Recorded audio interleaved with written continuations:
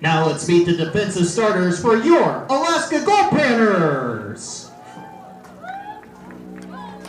Playing in right field, wearing number 33, Caden Clark. Playing center field, wearing the number 8, Dominic Hughes. In left field, wearing number 29, Brock Rudy. Playing third base, wearing number 6, Tate Shamal. Playing shortstop, wearing number 12, Griffin Harrison. Playing second base, wearing number 9, Caleb Milliken. Playing first base, wearing the number 35, Cole Alexander. Catching for your Alaska Goldpanners is number 17, Isaac Shuck. And your starting pitcher for your Alaska Goldpanners is number 37, Ethan Rimmers. And your designated hitter tonight for your Goldpanners is number 22, Sean Rimmer. And the rest of your Alaska Goldpanners. Your Goldpanners are field managed by Mr. Mark Lindsay. He is assisted by Ryan Hansen, Jake Taylor, and Marcus Mastrooni.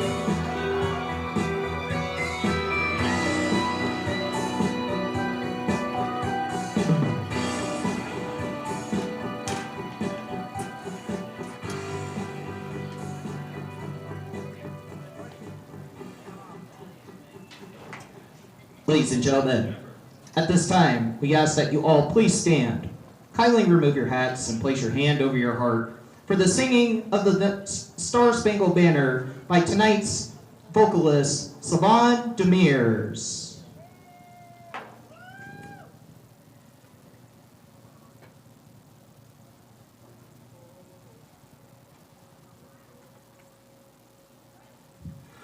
Oh, say, can you see by the dawn's early light what so proudly we hailed at the twilight's last gleaming, whose broad stripes and bright stars through the perilous fight o'er the ramparts we watched were so gallantly streaming, and the rockets' red glare, the bombs bursting in air, gave proof through the night that our flag was still there. Oh, say, does that star-spangled banner yet wave o'er the land of the free and the home of the brave? Thank you, Salon. Tonight's game is proudly sponsored by Usabelli Coal Mine, and out to throw the first pitch with Aurora Energy Solutions is Lisa Casino, Vice President of Public Relations for Usabelli Coal Mine.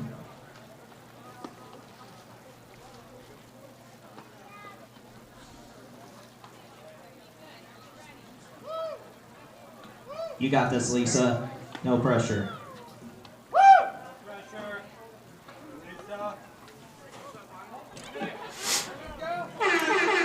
Just a little short of the plate. He's going to try again. From Usabelli Coal, throwing out the first pitch.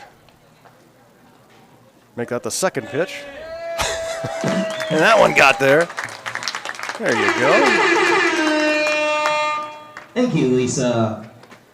Don't forget Usabelli Coal Mine, tonight's sponsor for Goldpanners baseball on PannerVision. Great to have you with us for Game 5 of the 7-game series between the Alaska Goldpanners of Fairbanks and the Pirates from Ventura County, California. Garrow Von Dane with you live Chris Carlson on the controls.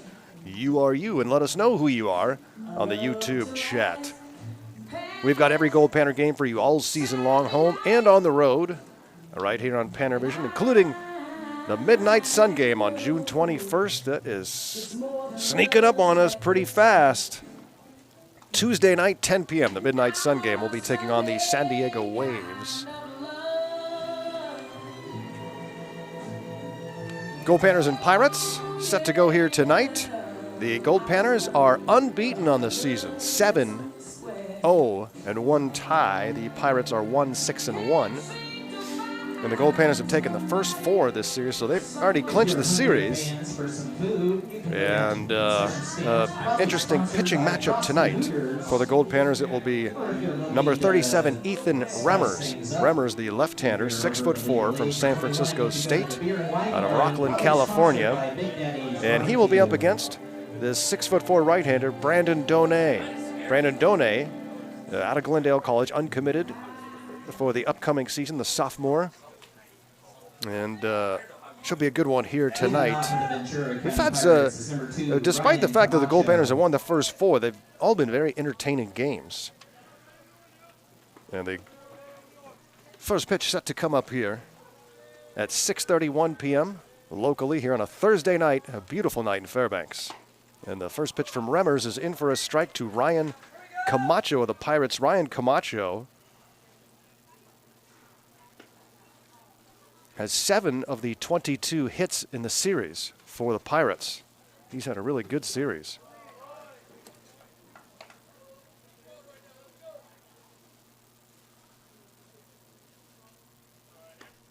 And it's a ball and a strike from Remmers.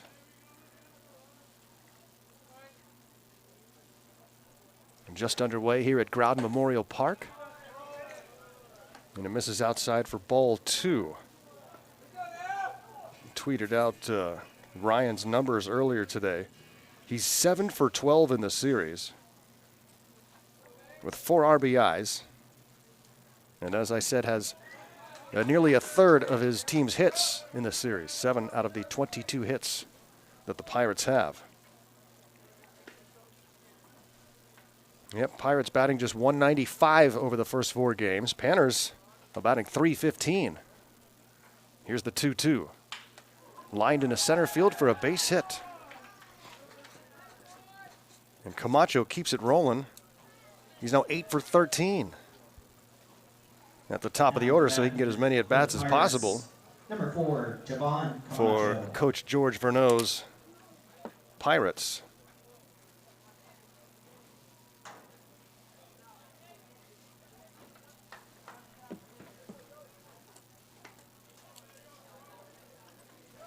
No score, and the Pirates have a runner at first base, and Camacho takes his lead 1 foot on the turf. And a bunt is put down. Charging it is Shamau. Third baseman will play it to first. And the sacrifice bunt here in the first inning by Jovan Camacho gets the runner to second. Play goes 5-3 on the putout and brings up Eli Payton. Payton will be followed by Andrew Buglino, and then Andrew Tovar will bat 5th. He's the designated hitter. Troy Anderson batting 6th, Robbie Trato in the 7th spot, James Rebrook 8th, and Angelo Alaban will bat 9th. Catching for Ethan Remmers is Isaac Shuck. Those are your battery mates for tonight's game. I also tweeted out the lineups tonight at Voice of G-Man if you want to check those out visually.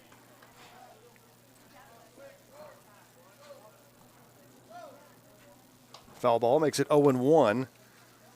On Eli Payton for the Ventura County Pirates. We're trying to figure out a way to beat this Goldpanner team. Eli from UCLA.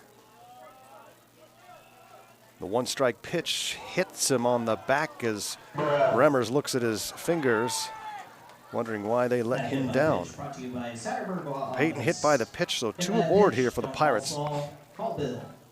Pirates really have had trouble stacking hits. We talked a little bit about that last night. And once in the series have they had more than 2 hits in an inning, and that was last night. They got 3 straight singles.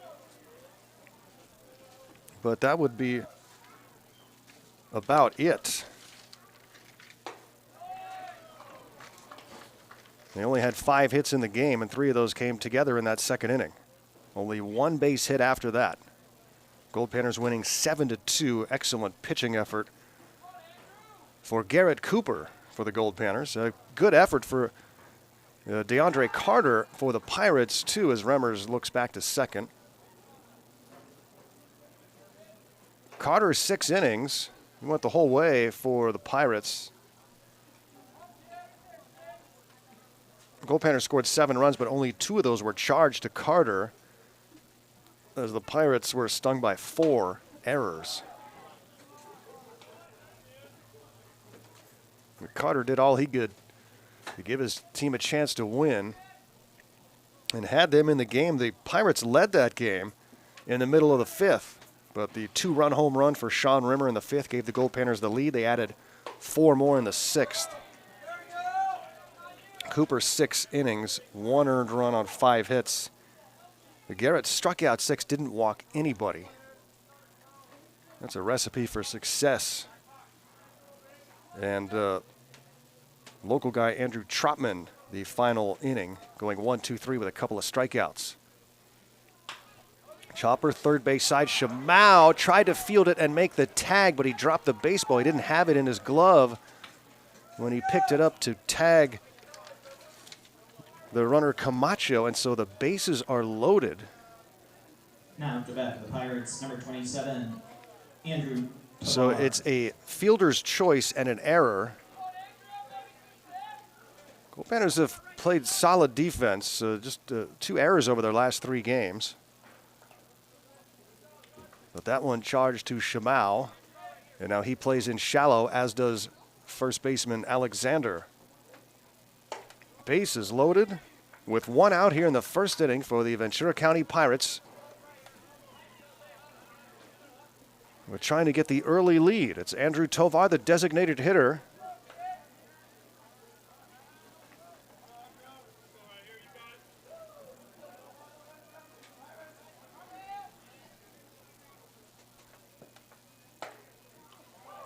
Takes one on the outside corner for a strike. It's 1-1. 1 out. And runners on every base. Tovar the batter. Troy Anderson is on deck.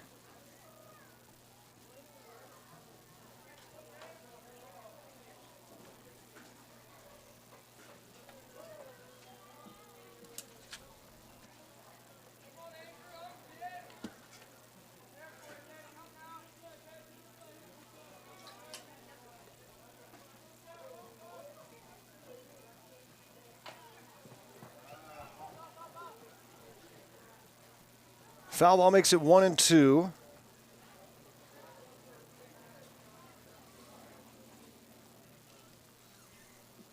It's a gorgeous day here in Fairbanks. Late arriving crowd here, though, tonight. Where are they all?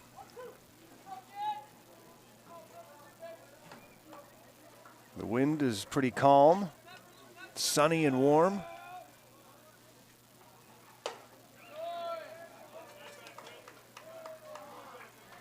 Two balls and 2 strikes here. Ethan Remmers trying to get out of a big-time jam in the top of the first. Bases loaded with 1 out. And Andrew Tovar with a 2-2 count.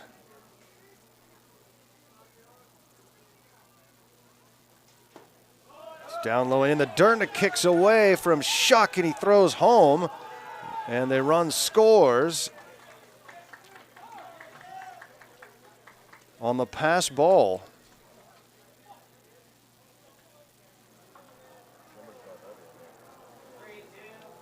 Well, Camacho scores on the pass ball. And it's 3 balls and 2 strikes now on Tovar, but now first base is open. 1 run is in. It's 1-zip Pirates. Line foul. That foul ball brought to you by Hometown Physical Therapy.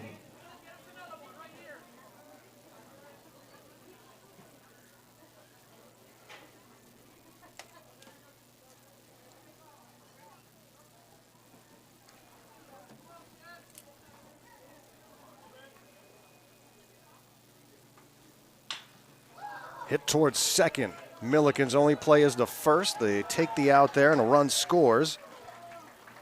Peyton comes in to touch home. Buglino over to third. Tovar is out on the 4-3 put out. Gets an RBI for it. Troy Anderson. And that'll bring up Troy Anderson.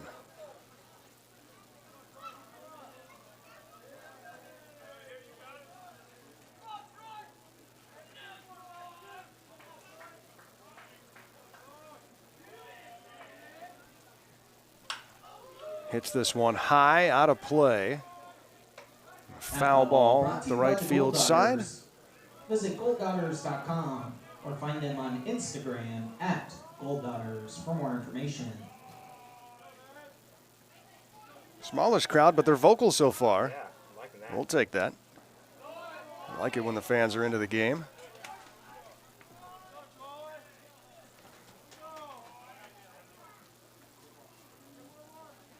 Two more with the Pirates after tonight. 7 p.m. tomorrow, 2 p.m. on Getaway Day Saturday. On the outside half of the plate, 1-2 to Troy Anderson.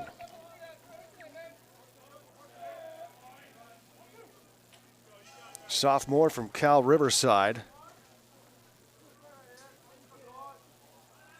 And the 1-2 offering with 2 away is up and outside for ball 2. Goldpanners and Pirates. Head coach Mark Lindsay is unbeaten on the year as head coach of the Goldpanners.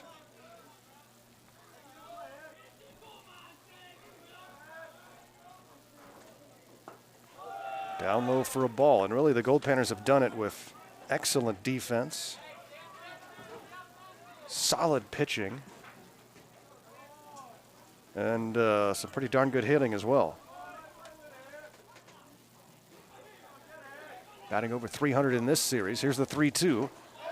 And misses down and in for ball 4. A busy first inning here for Remmers. Has been let down by his defenders a little bit as well. Now to bat for the Pirates, number 3, Robbie Tretto. And now we'll try to take care of Robbie Tretto. Robbie out of Pierce College, also Glendale College. 5'10" right-handed hitter Tretto. Pirates coached by George Verneau. He's assisted by Armando Gomez, who's over in the third base box.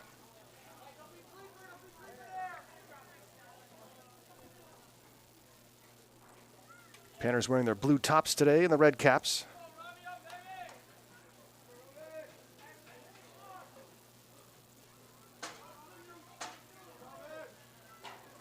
Fouled back to the netting. That foul ball brought to you by Foundation Health Your starting Partners. pitcher tonight for the Ventura County Pirates will be Brandon Donay. Brandon has perhaps had the best appearance of the series for the Pirates. He pitched in game 1 of the series in relief, 4 scoreless on just 1 base hit. Swing and a miss. Runner takes off for second. Will get there without a throw. Stolen base for Troy Anderson. And the runner is off the bag, but Panners fell asleep a little bit and need to get out of this top of the first. 2 runs are in, and now runners at second and third with 2 outs, but it's 0-2 on Tretto. James Rebrook is on deck should Tretto keep the inning going. And time is called.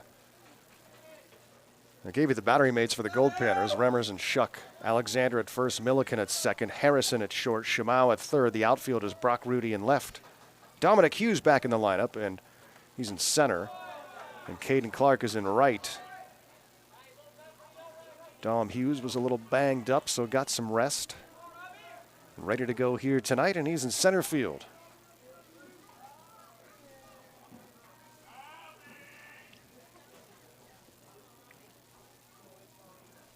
The 1-2 way outside for ball 2. So he's in front 0-2. He's walked 1. He's hit a batter in the inning. The Remmers control has still trying to find its way here in the early part of the season. Pitched 3 1/3 combined in a couple previous appearances and walked 4. Here's the 2-2. This one is hit high and deep to left. Going back is Rudy. Rudy's going to watch it sail over the fence for a 3-run home run for Robbie Trato. And the Pirates are on top 5-0 here in the first inning. The first home run of the series for the Ventura County Pirates, and it's a big one in inning number 1 here at Groudon. And all the Pirates out of the dugout to greet Robbie Trato, who gets the big blast here in the first. Number 20, Jacob Rebro. A 3-run home run for Robbie Trato. And here's James Rebrook with the bases now empty. The biggest inning of the series for the Ventura County Pirates. Only 2 hits in the inning, but 5 runs. That one hits Rebrook. Second batter hit by a pitch. That hit by pitch brought to you by Satterberg Law Office. And here comes head coach Hit by a pitch. Mark Lindsay to Bill could make you see what's rich. going on with Ethan Remmers. The Pirates will bat around here in the first inning, and they're going to talk things over. We'll be right back to Groudon. Goldpanners trail 5-0 top of the first.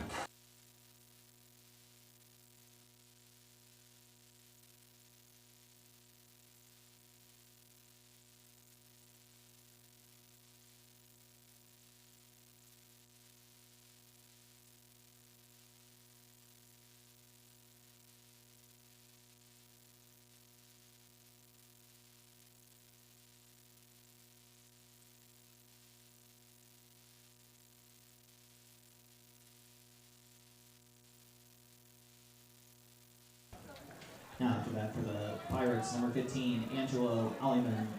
Angelo Alleman will now face Ethan Remmers. With the runner at first base, the inning continues with 2 away. This is inside for ball 1. The 9th batter here in the first inning. The Ventura County Pirates feeling much better about things here tonight so far. Long way to go. We're going 9 innings tonight. And it's up high for a ball.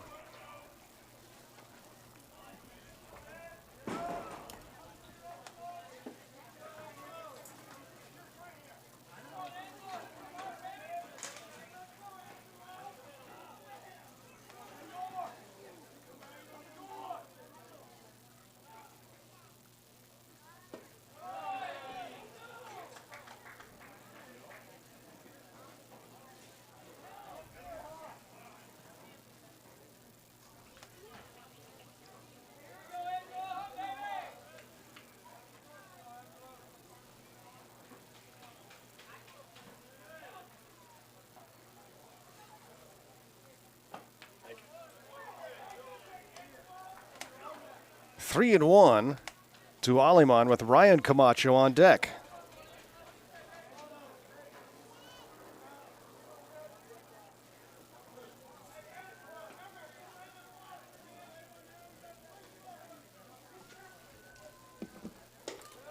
And he walks him. Second walk of the inning. Couple of hit batters. It has been a difficult top of the first here, not only for Remmers, but Goldpanner defense. There's a right-hander, starts to throw in the Goldpanner bullpen. And Remmers has got to find a way out of this here. Now you face Ryan Camacho, who's been by far the best hitter in the series for the Pirates. 8 for 13. He singled and scored to start this inning. 5 runs are in, and 2 runners are on. And again, just 2 hits in the inning.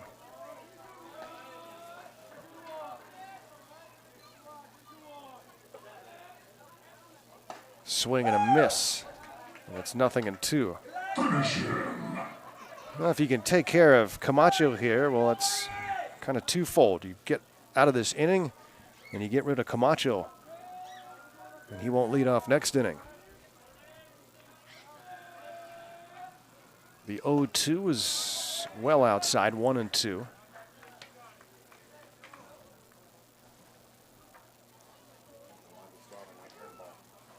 Trying to see who the right-hander is throwing for the Goldpanners out in the bullpen.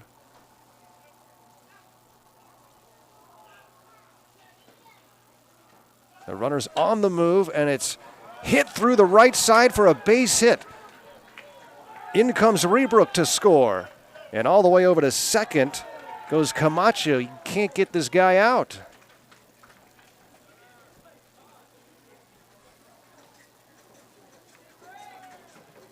RBI single for Camacho. He winds up at second on the throw over to third.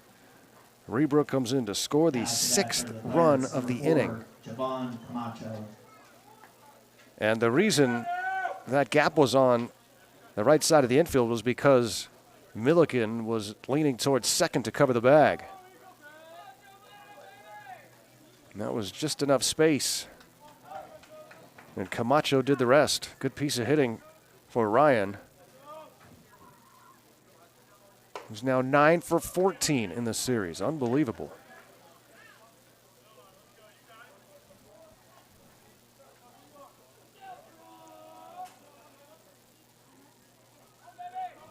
From College of the Canyons.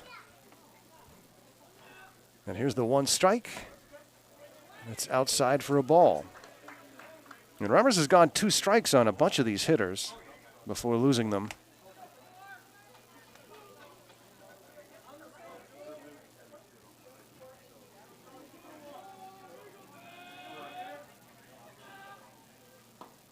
This is down low for ball 2.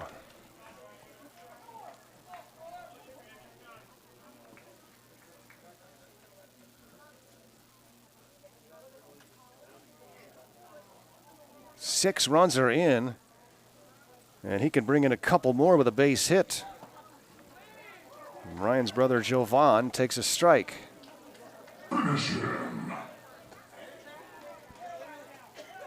Put down a sac bunt earlier in the inning. And the 2-2 off-speed pitch got just a piece of it to stay alive. That foul ball brought to you by Jolly Roger.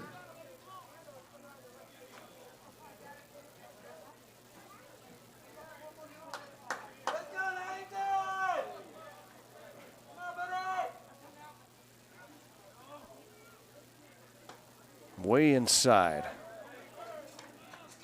3 balls and 2 strikes now.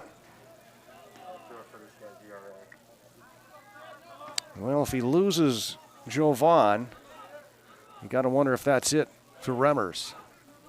The 3-2, grounded left side, fielded by Harrison, who throws over to first, and the inning finally comes to a close.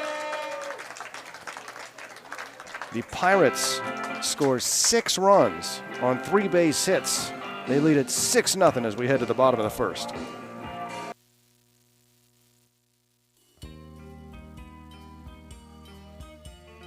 Runner takes off from first. Here's the throw to second. Hogan's got it, gets the tag down in time. Swing and a miss. 3-pitch strikeout blank Cato. Hughes at first base with a big lead, and there he goes. Throw to second, and Dom just slides in safely. Good throw from Cross, but Hughes with the big lead and the good jump. Line shot to center field. Hughes comes in. Now he goes back and reaches up and makes the catch, and he falls onto his back during the play. Jackson now with a 2-ball, 1-strike count. Runner at third base and 1 out. Marshall's trying to tie the game with the infield pulled in. Here's the 2-1, and he bunts it sharply back to Pierce, who's going to look the runner back. Pierce will hold on to the baseball. Now he throws to Marco Pinicello, who makes the tag. They throw to Brown, and they say safe at second. Slow roller up the middle. Hogan sliding play, steps on the bag, spins and throws to first and in time. Caden Hogan. What a treat it was for people back home because to watch these games. Runner takes off, the shortstop had to go cover the bag, and Glasgow pokes it through the empty spot. And now the runner's going to be waved around third as Gross dives in to score. The one ball pitch from Parker. Oh, and Pierce lets it rip onto 2nd Avenue. A moonshot home run for Ryan Pierce, his 6th of the year. What a summer for the big number 18, Ryan Pierce.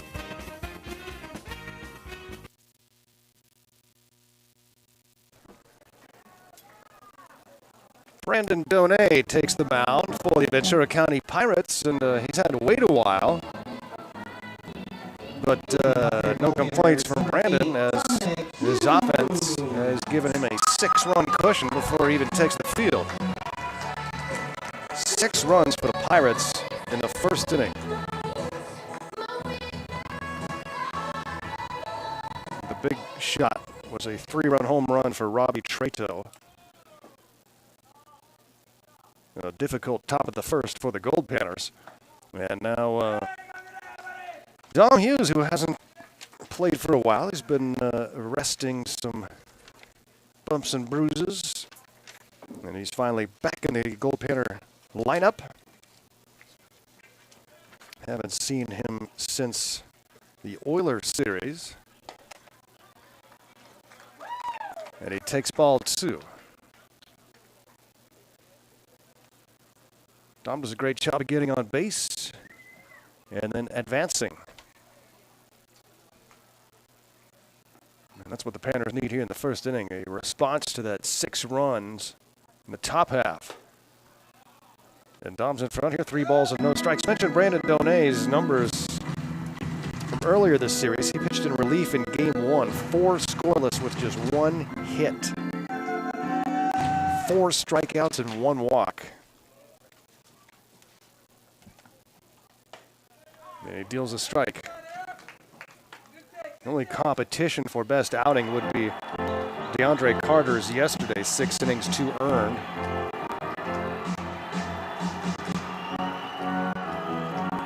But couldn't match the effort that Garrett Cooper put together, holding the Pirates to just 5 hits over 6 innings. That one is smacked foul out of play. Ball brought to you by the Glass Doctor. The Glass Doctor, they specialize. It rolls under some cars into the park next to the volleyball pit. In the making of that last foul ball. And somebody playing volleyball just spotted the baseball.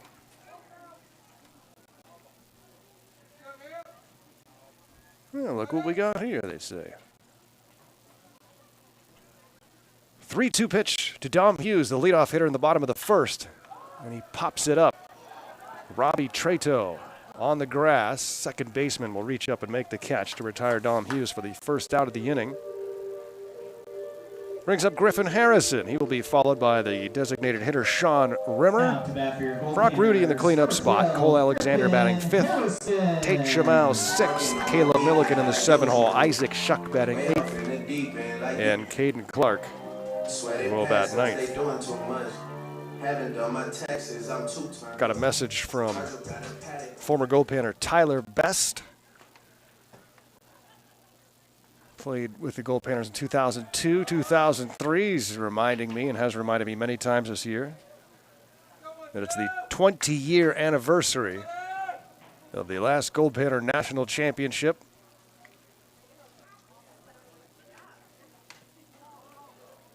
And Bone, or Tyler Best, was a huge part of that championship. Goldpanner catcher from Lewis Clark State. Now settled down in Atlanta, Georgia. And Bowen had talked about coming up here this summer, but I don't know if that's going to happen or not. A lot of people getting sticker shock at flight prices right now, and with good reason. And forget about rental cars and hotels and all that. They're making up for lost time up here. This one's popped up high in front of the Pirates dugout and caught in foul territory. Griffin Harrison is out number 2. Not to try and deter your visits this summer, but it's not cheap right now.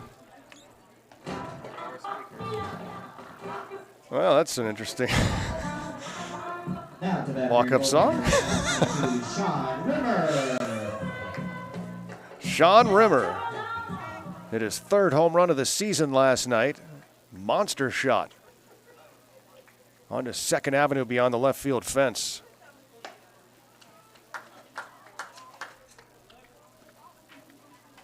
All-American from Yavapai with the 1-ball, no-strike count against Brandon Donay. A couple of pop-ups here in the first. Goldpanners trailing 6-0. Let's see if Remmers comes out for the 2nd inning after facing 11 batters in the first. We might get a Goldpanner up here for a visit today. I'm waiting to hear back, but we'll see if that works.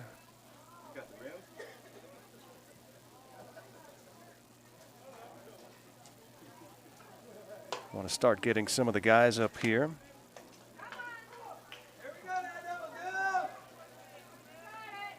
I tried to get Dom Hughes to come up and do a little play-by-play yesterday for the American Legion game, but he did not appear.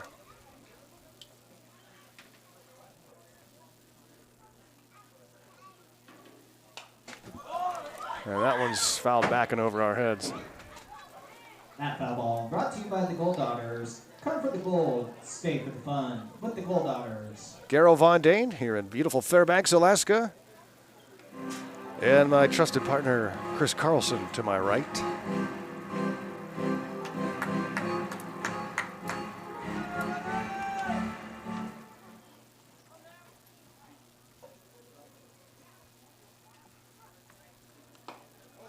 It's just like heaven up here, Chris. You're seated to my right.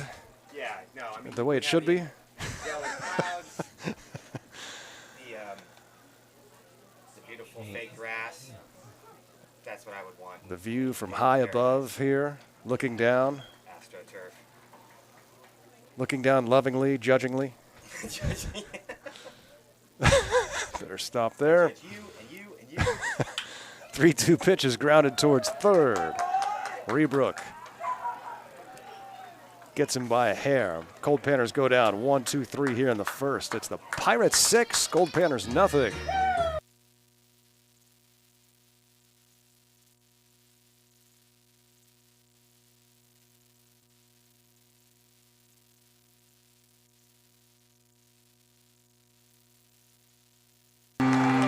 The rim shot onto 2nd Avenue gives the Goldpanners a 3-2 lead. Absolutely no doubt when that one came off the bat. By number 22, Sean Rimmer.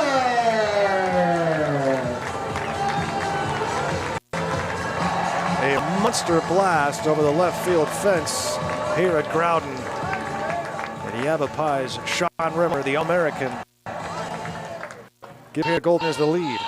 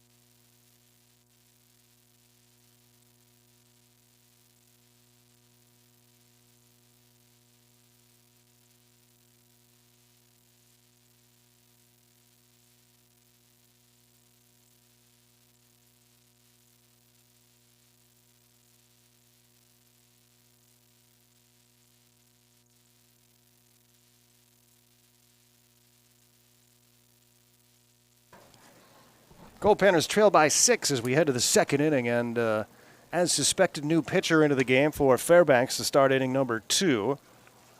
And it's number 36, Steven Vasquez. Steven Vasquez, the right-handed sophomore from Mount San Antonio Junior College in Upland, California. First pitch to Eli Payton is fouled off. The Pirates sent 11 batters to the plate in the first inning. That's all for Ethan Remmer. 6 runs, but they are all unearned runs. A costly error on what could have been a double play ball.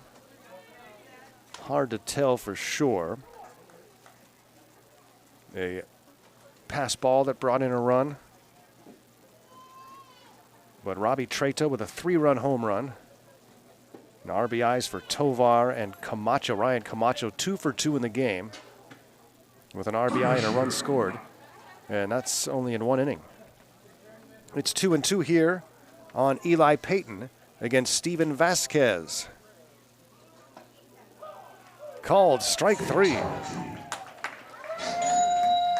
Payton goes down looking, and that'll bring up Andrew Buglino. Now to bat for the Pirates, number 6, Andrew Buglino. Buglino reached on a fielder's choice. That was the where the aforementioned error occurred. Ground ball to third. Tate Shamau tried to pick it up with the glove and make the tag on the runner going from second to third, but he didn't pick the baseball up. Broken bat grounder to short, and behind second base, Harrison makes the play on to first. And 2 up and 2 down for Vasquez here in the second inning. And Goldpanners would love to have a 1-2-3 second after the long first. Garrow Von Dane with you here in Fairbanks. I heard back from Tyler Best during the inning break. And he won't be able to make the trip up this summer. So bummer we won't see Bone this year. Too much work, and that's not a bad thing necessarily. But he's looking for a foreman. So if you're looking for a job in Atlanta, call Tyler Best.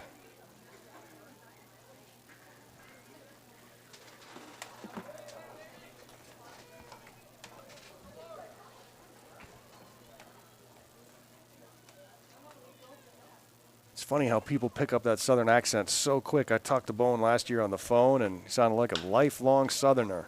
And he's from the state of Washington. Ground ball to second. Play goes 4-3, and a 1-2-3 second for Steven Vasquez. But the Pirates lead it by 6.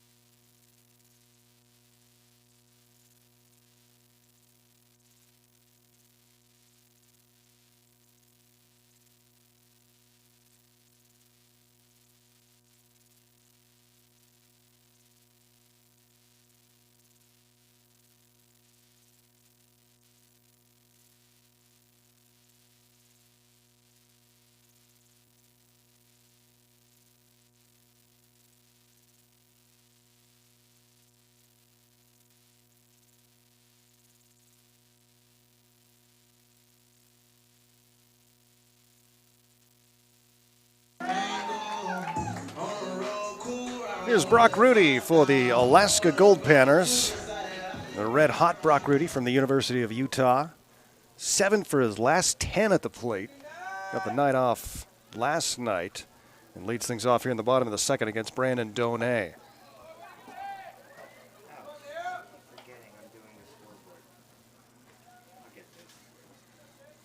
And he takes a strike from Donay.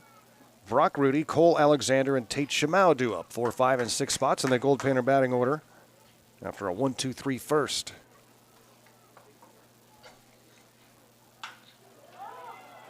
Pitch is popped up into left. The first 4 batters faced 3 pop-ups induced by Brandon Donay. He takes care of Brock Rudy, and that'll bring up Cole Alexander. Now to bat for your Goldpanners, number 35, Cole Alexander. Cole went 2 for 3 last night with a double and a run scored. Good game for Rafael Flores, too, last night. Catcher went 2 for 4 with a 2-run double and a run scored. Gets rest tonight.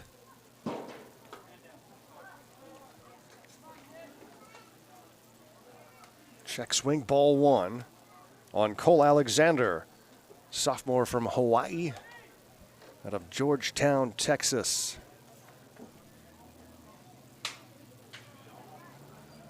Off the hands towards short, and Alimon throws him out 6-3. 5 up and 5 down for Brandon Donay. He was starting off right where he left off in game 1. Now to bat for your Goldpanners, number 6, Tate Shimau.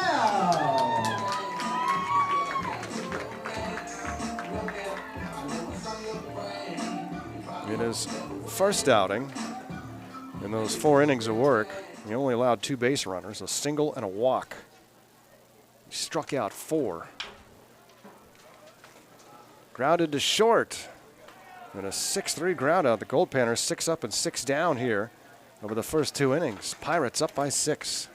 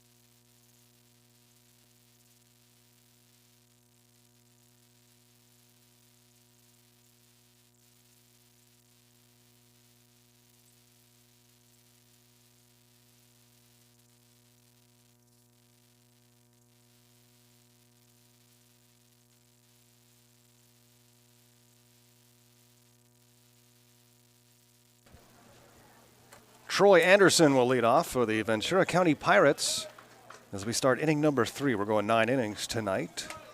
Played 7 last night. A doubleheader for the Goldpanners. Panners played the American Legion All-Stars yesterday at 5 p.m. and then we had an 8 o'clock start between the Goldpanners and Pirates. Goldpanners winning 7-2. They've taken the first 4 of this series, but the Pirates have a 6-0 lead here in Game 5.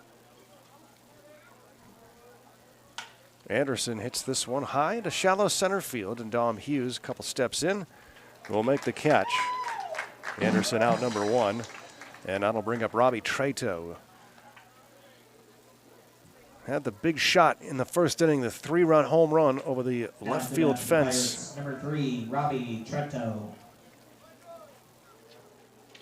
First home run of the series for Ventura County.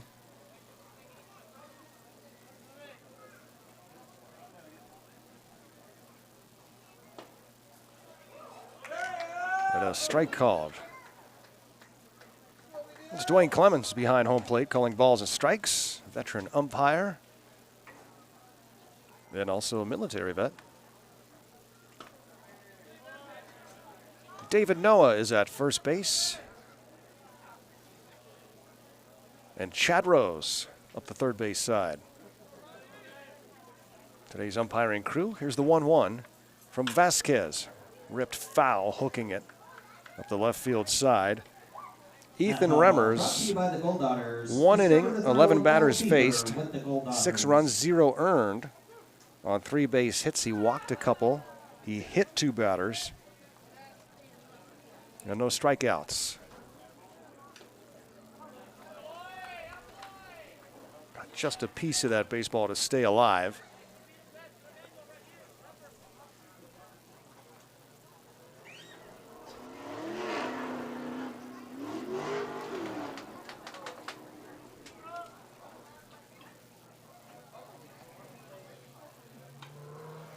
Couldn't hold his swing. Ooh. Looked from here like he went around the appeal, and David Noah says no. So it's 2-2.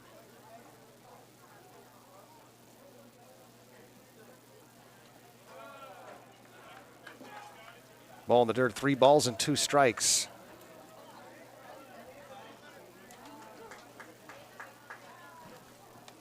Fifth batter faced for Steven Vasquez. He's retired the first 4. And now 3-2 on Treto. Off the end of the bat, foul ball. Treto staying alive here. That foul ball brought to you by Alaska Aerofield. Is that John Huff down there? Does he have a beard? Yep. Johnny Huff. I think it's the first time we've seen him here, former Goldpanner president. And he's the big boss at Alaska Universal Productions. That time he went around. Strike 3. Vasquez finally gets rid of Treto. And it'll bring up James Rebrook. Now to bat for the Pirates, number 20, Jacob Rebrook.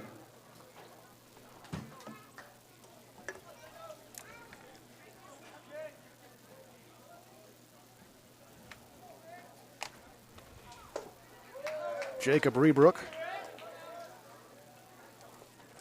was hit by a pitch in the first inning, that 6-run first for the Ventura County Pirates.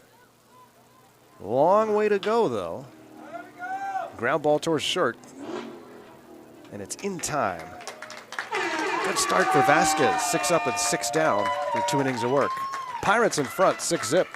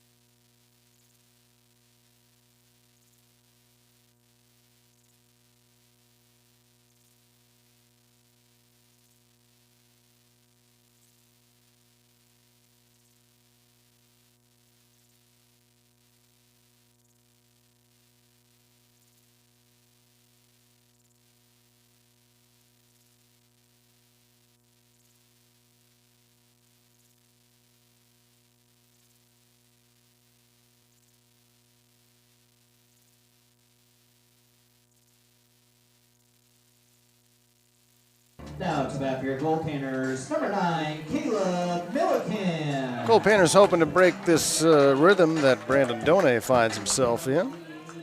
2 scoreless, 6 up and 6 down.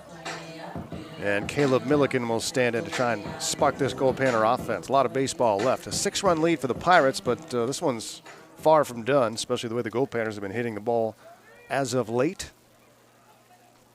And Caleb Milliken will try to start something with Isaac Shuck and Caden Clark due up. These 7, 8, and 9 spots in the Goldpanner batting order, and Milliken takes a strike. Goldpanner's second baseman out of Pomona Pitzer from Berkeley, California. A couple more games with the Pirates after tonight, and then an off day on Sunday. And then the Goldpanners will welcome the San Diego Waves as part of the Midnight Sun Series. Monday at 6:30 p.m., then Tuesday at 10 p.m. You want to be sure to tune in live for that one. That is just an awesome event. We've had some great games in the Midnight Sun Series, especially as of late. The 2018 one was an all-time classic with Niles Nygaard, the walk-off home run in extra innings. Base hit to right. Caleb Milliken has the first hit of the game for the Goldpanners. It's a leadoff single here in the third.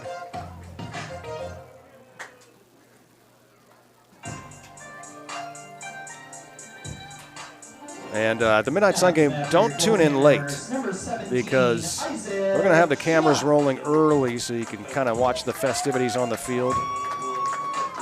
And you're not going to want to miss the pregame, especially the anthem. You have to tune in for that. It's, I promise you, it's going to be pretty awesome.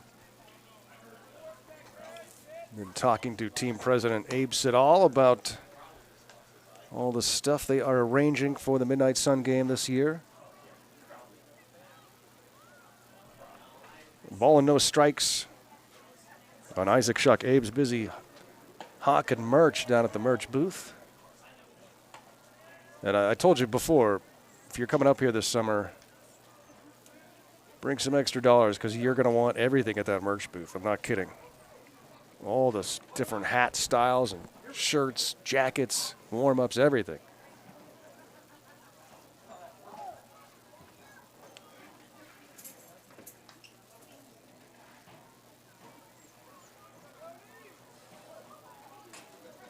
Winter wear, summer wear, everything.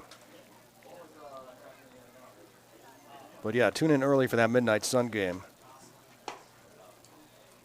Get your naps in, whatever you have to do to stick around and watch that entire game.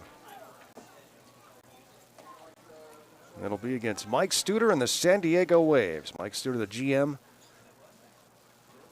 grew up here in Fairbanks, brings his Waves up here just about every year, seems like. Throw the first runner back safely. Nope. Man, the mosquitoes were out last night. I got destroyed. And they're so smart, these little creatures. They go where you can't see them. My ankles, I have like halos around my ankles of mosquito bites. Grounded to the right side and through, a base hit for Isaac Shuck. First and second with nobody out. So Done in the series had gone 6 innings and just 1 base hit, but now back-to-back singles here in the third for Fairbanks brings up Caden Clark. Now to bat your Goldpanners, number 33, Caden Clark. And though the Pirates got the big start, it's not going to take a lot to put some doubt in their minds if the Goldpanners can get some runs on the board. Just because of the way the series has gone.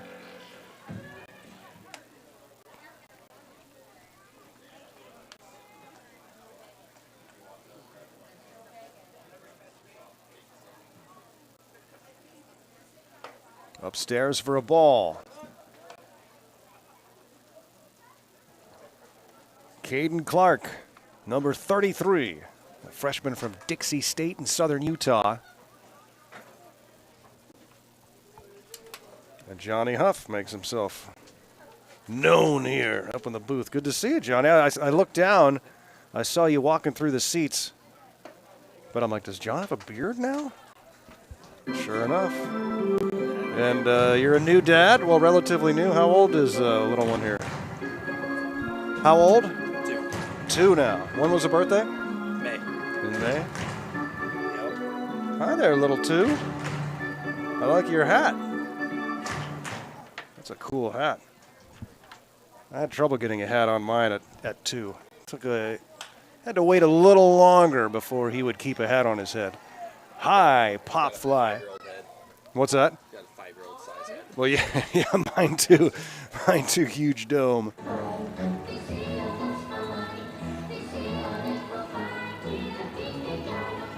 You gonna stick around for a few minutes? All right. Back to the top of the lineup here. Goldpanners. Top of the order here for Dominic Hughes of the Goldpanners. Hughes back in the lineup. Just in case, we might have anyone do it. Always nice to have that. And popped up to second to lead off the bottom of the first. And Dom, out of Kansas State University.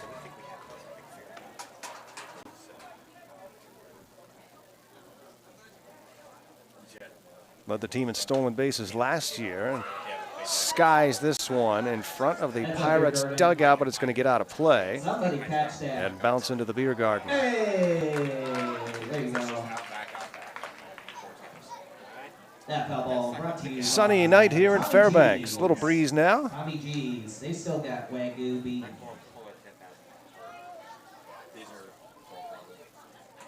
Panners trailing 6-0, but making a little noise here in the third with 2 on. Got 2 on with nobody out. Clark flew out for the first out of the inning, and now Hughes going to try and advance the runners.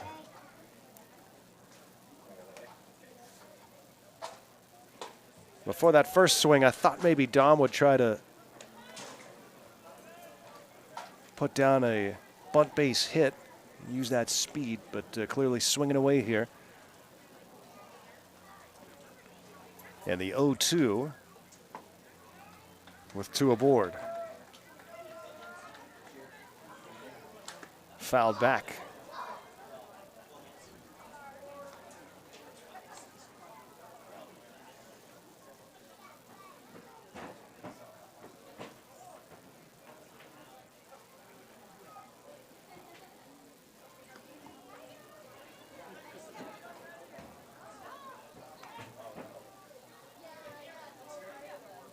Spinning the baseball in his hand is Done. Now he readies with another 0-2 to Hughes with 2 on and 1 out. Right-hander checks the runner twice. Hughes hits one to right, and it'll be caught by Camacho, so the runners have to stay put. And now 2 away as Griffin Harrison will try to bring a run home. Now to bat for your Goldpanners, number 12, Griffin Harrison. Working on the weekend like usual. Way off in the deep end like usual. Swear they passed us, they doing too much. Haven't done my taxes, I'm too turned up. Virgil got a paddock on my wrist going nuts.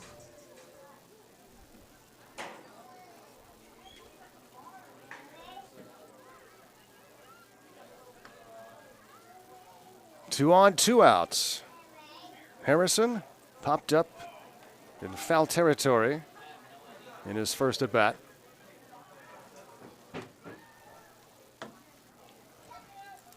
It's Usabili Coal Night. They have coal-shaped candy they're giving out. I'm looking at one here.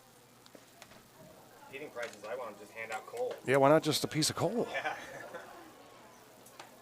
I'm interested to try this cinnamon-flavored coal, though. And some really cool stickers. I'm a big sticker guy, so. It's also good for poison. They have like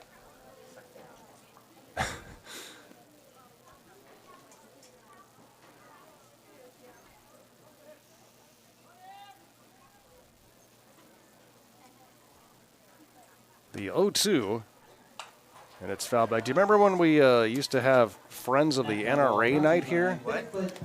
Were you here when they we used to have Friends of the NRA night here at the ballpark? Yes, yes. And they'd be indeed. the guy would be on the field with a microphone giving away assault rifles between innings and stuff like that. Yeah, it goes over in Fairbanks Raffle tickets sometimes, for you know. all sorts of weaponry. Well, we're really close to the Russians, so. That's right. Could practically see Russia from here. Yes. Just beyond those hills. Yeah. Just look to your west. Sorry, Sarah. If you're tuned in, which she most certainly is. Someone thought they saw her at the ballpark Yeah. early in the season. She doesn't live here. She lives in Wasilla. That's Ms. Palin, of course. She's been spotted at some Matsu Miners games,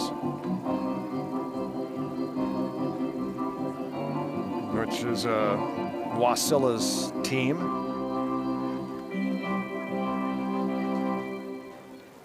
Two and two to Griffin Harrison.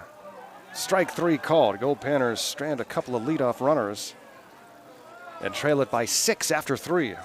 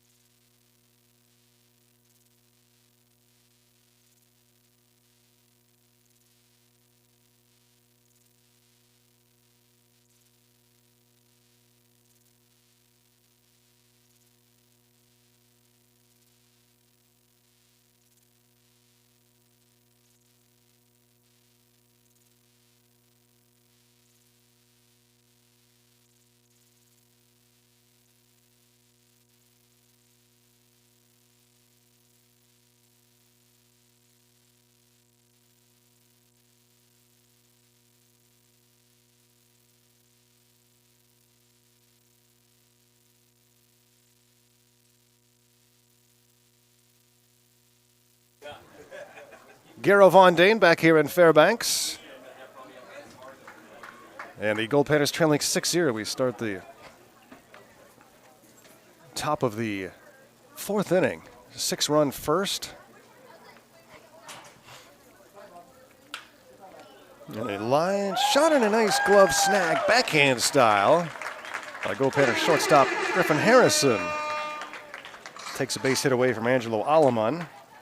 And what a start for Steven Vasquez, just what the Goldpanners needed. After the rough first inning, Vasquez has settled things down. He has faced 7 batters and retired them all. Fist bump. All right, buddy, we'll see you around. Good to see you, John. John Huff, still a big part of the Goldpanners, despite no longer being team president. His business is keeping him awful busy setting up sound and production equipment for events all around the state.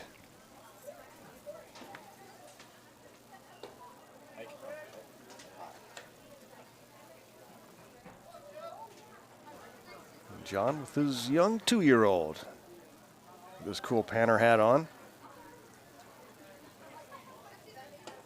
The 1-1 pitch is up high for a ball. Ryan Camacho. 9 for 14 in the series. 2 for 2 today.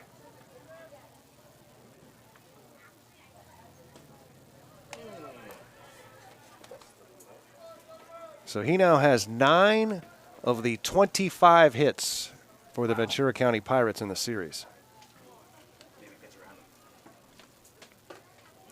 Swings and misses for strike 2.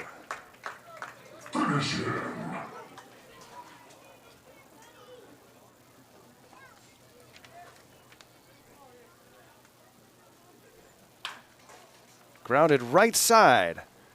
And Milliken will throw him out. And finally, Ryan Camacho is retired. All it took was Steven Vasquez to do it. And now faces Jovan Camacho. 6-0 Pirates. We're in the top of the 4th. All those 6 runs coming in the 1st.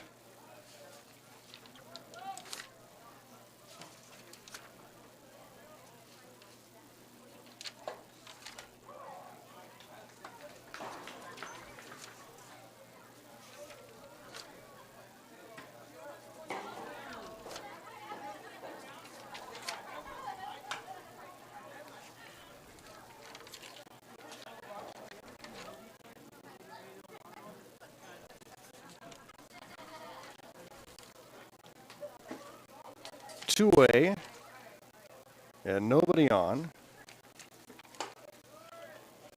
And it's outside for a ball.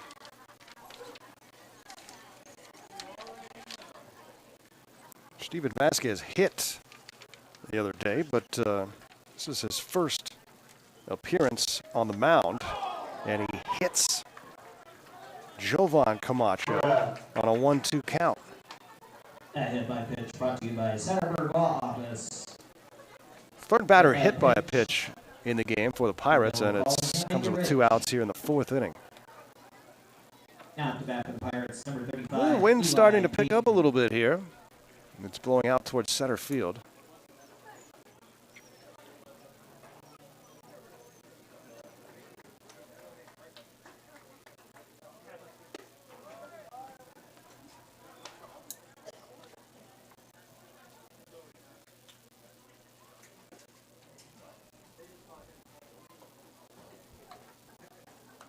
San Diego Waves here next.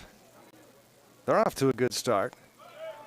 Runner takes off. Here's the throw to second base. Oh, it's on the money. What a throw from Shuck. The tag by Harrison. Caught stealing. Ends the top of the 4th. It's 6-0 Pirates.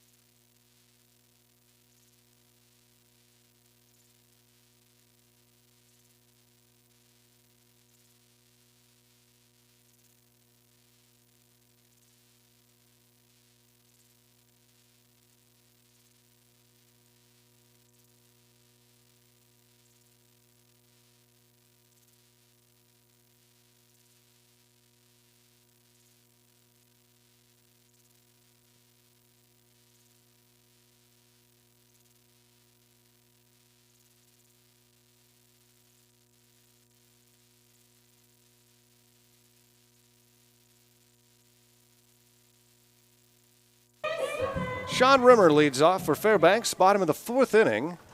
A 6-0 lead for the Ventura County Pirates. They got all 6 in the first, 6 runs. They were unearned, but a less than memorable first inning for the Goldpanners. An error, pass ball, a couple of hit batsmen, and a couple of walks issued by Ethan Remmers. And by the end of it all, a 6-run first inning, including a 3-run home run for Robbie Treto. The Pirates get the start they've been looking for. And so far, shutting down the Goldpanners. Panners got 2 base hits in the 3rd inning. Back-to-back singles to open up the inning, but Brandon Donay shut things down after that. He has pitched 7 scoreless in the series now, allowing just 3 base hits, all singles.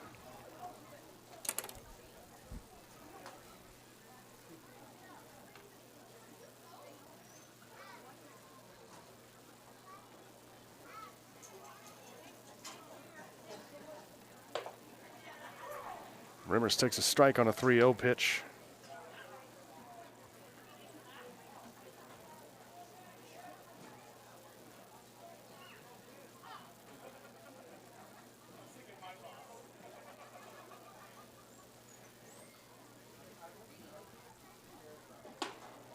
Ball 4 and a leadoff walk to Sean Rimmer. Brings up Goldpanner Brock Rudy.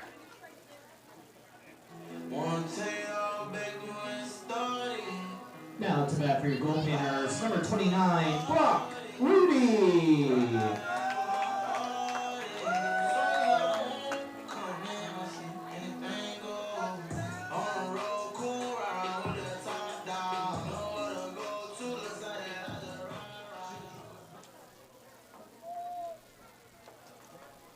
Oh for 1 in the game. Hits this one to the right side. 4, 6, 3, double play. 1 pitch to get out of that situation for Brandon Donay.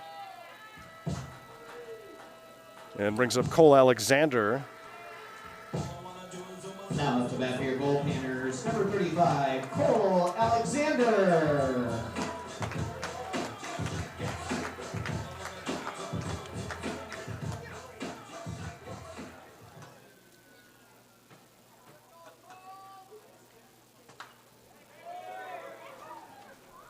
That foul ball brought to you by the Glass Doctor.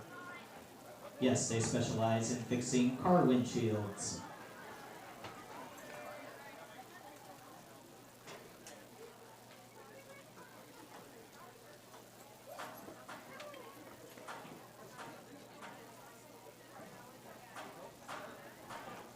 Nothing in 1 here on Alexander. And he takes a ball, it's 1-1.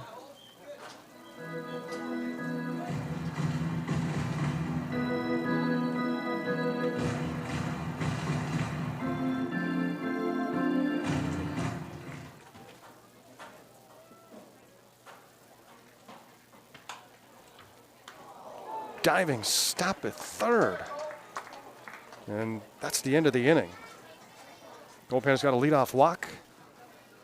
They leave the bases empty. We got another door And through prize 4, it's still giveaway. 6-0 Pirates. This one is for a trunk.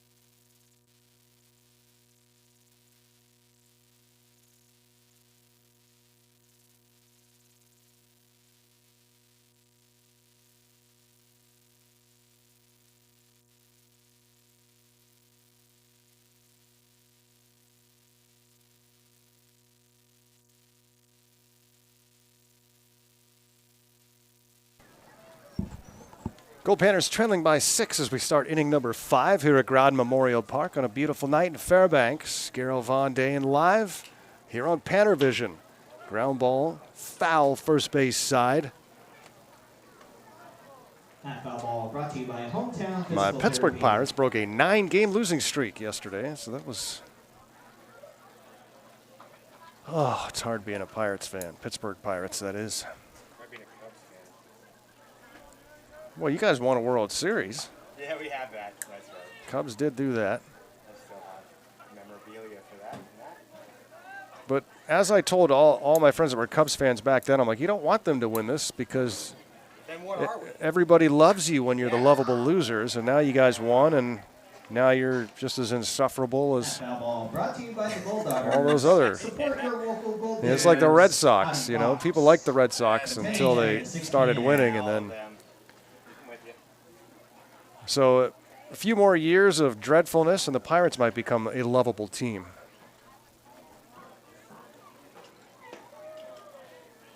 Again, I'm mentioning the Pittsburgh Pirates. I don't want to upset our Ventura County Pirates fans. No relation. No relation at all. The 3-2 pitch, and it's lined into right, and a diving attempt, unable to squeeze it, and a great attempt by Caden Clark. But the runner is safe at first base on the base hit. Made a great effort at it. Down to bat for the Pirates, number 6, Andrew. Eli Buglino. Payton is on with a single.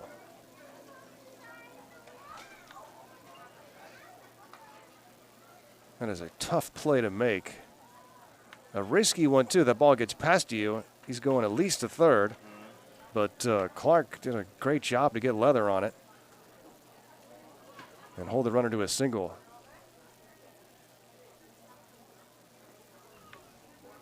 Andrew Buglino 0 for 2. Snap throw to first. Ooh, close play. Umpire David Noah right on top of it.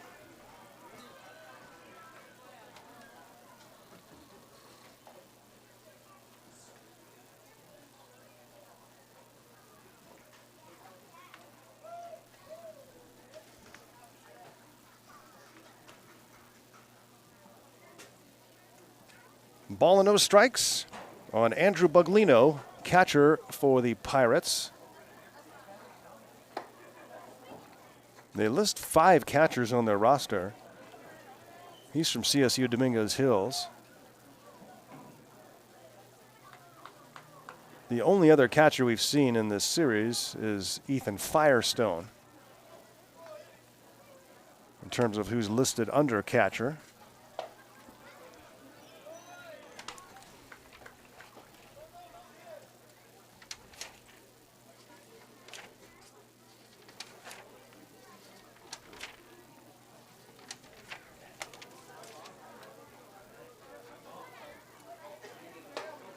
Right down the interstate for a strike. It's 3-1 from Steven Vasquez. Peyton singled the first base hit off of Vasquez through 3+.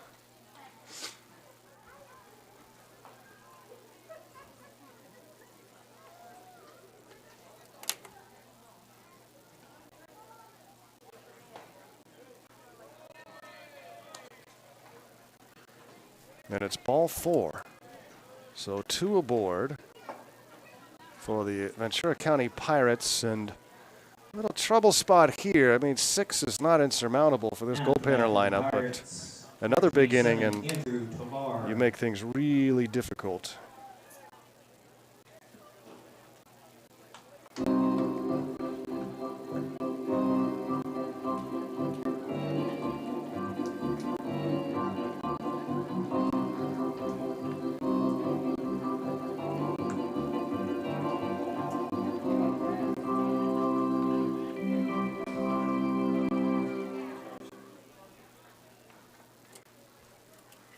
Now Vasquez set to face Tovar in a foul ball.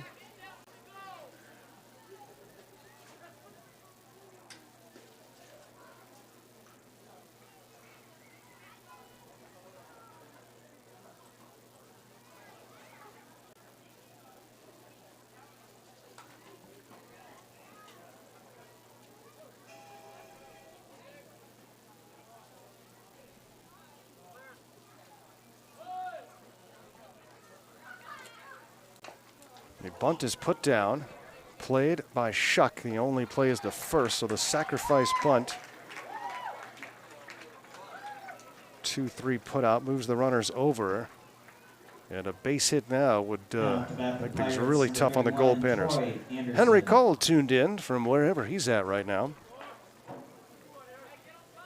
And giving me some pitch count information. Vasquez now at 49 pitches thrown.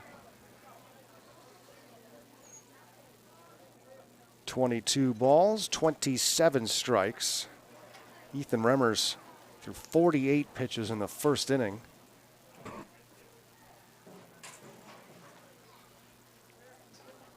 And now some important work for Vasquez. Another bunt. This one is fouled off. Trying to squeeze the runners in, or a runner in, is Troy Anderson, who has walked, stolen a base, and scored, and flew out to center field so far.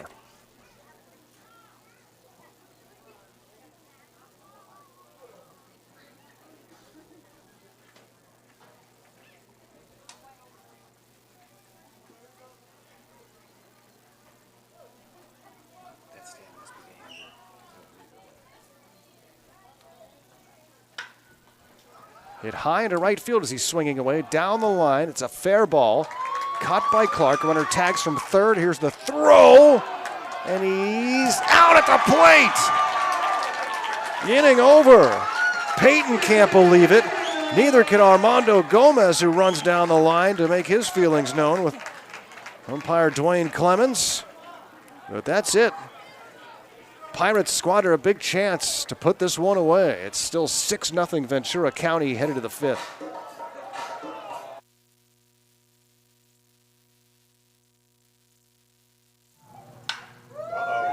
Absolutely crushed to left by John Rimmer. You're welcome. The rim shot onto 2nd Avenue gives the Goldpanners a 3-2 lead. And absolutely no doubt when that one came off the bat. By number 22, Sean Rimmer.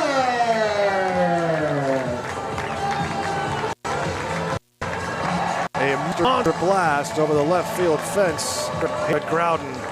And Yavapai Sean Rimmer, the All-American, gives the pair the lead.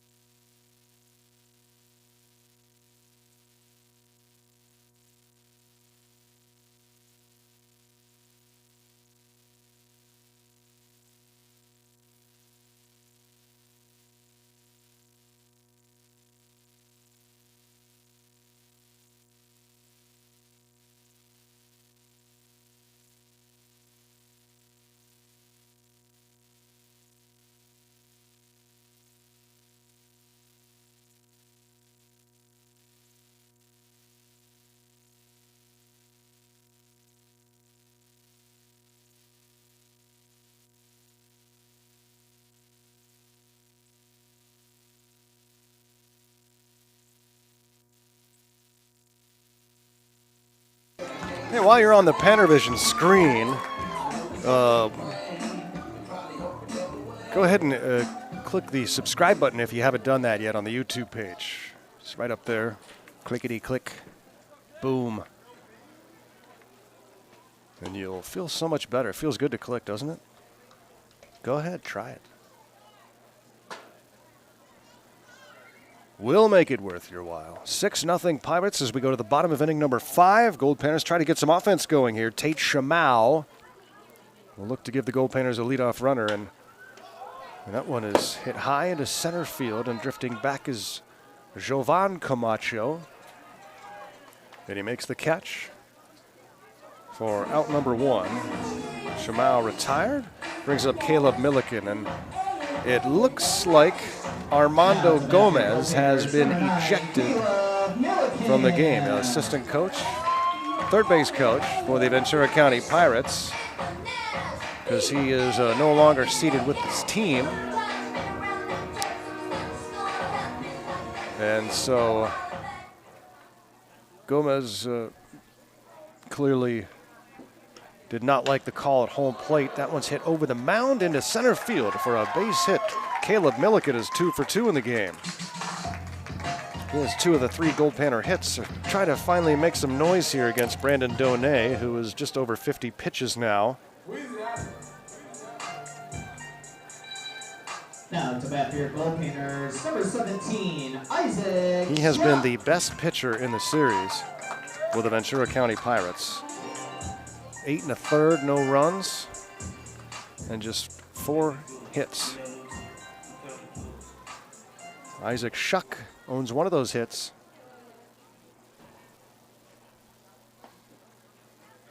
Throw to first base, runner back safely. Nope.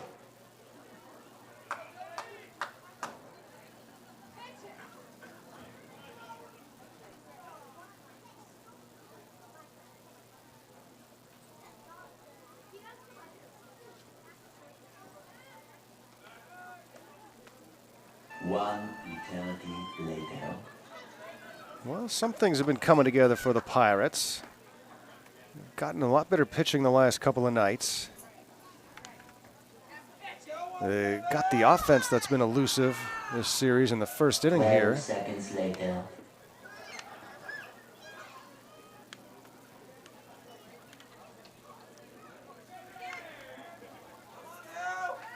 Now can they get that elusive first victory?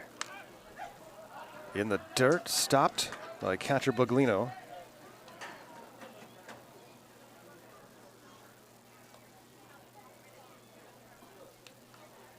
You know, pitch count's such a weird thing.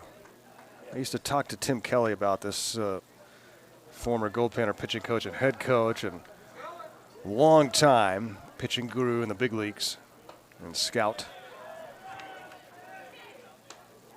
And he always poo-pooed a lot of these pitch count numbers just because they don't tell the story. They don't tell about warm-up pitches, throws to first base. Just the number of pitches thrown does not tell the story.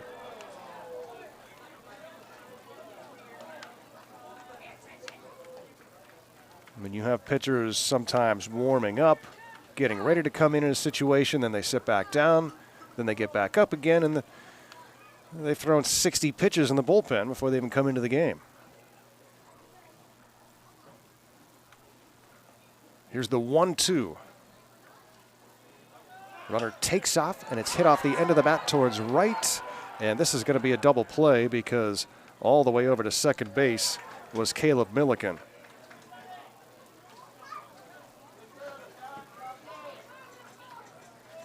That is the end of the 5th inning. Goldpanners still trail 6-0 headed to the 6th.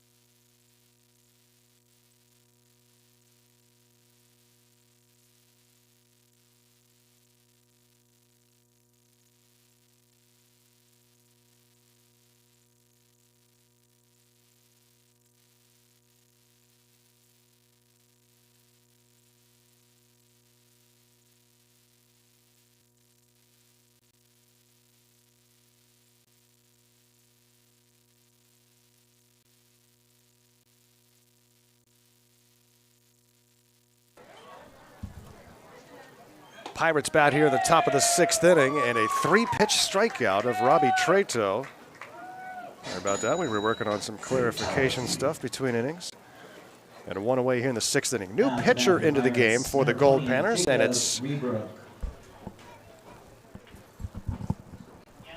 number 4, Matthew Pinal, freshman from Long Beach College, a right-hander out of Southgate, California.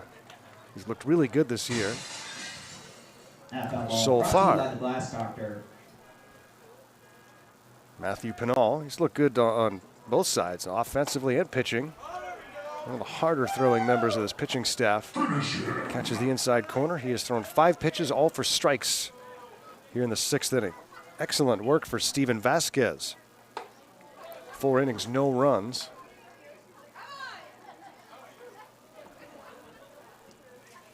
Steven just 1 base hit allowed.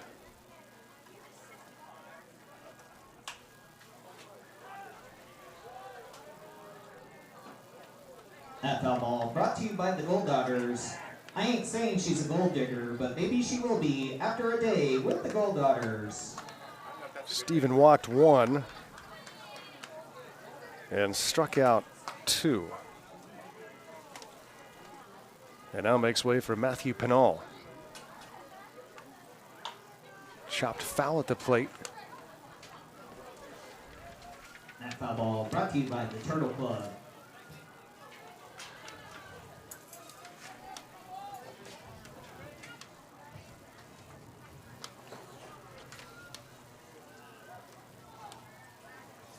Pinal's last appearance was as the designated hitter earlier in this series.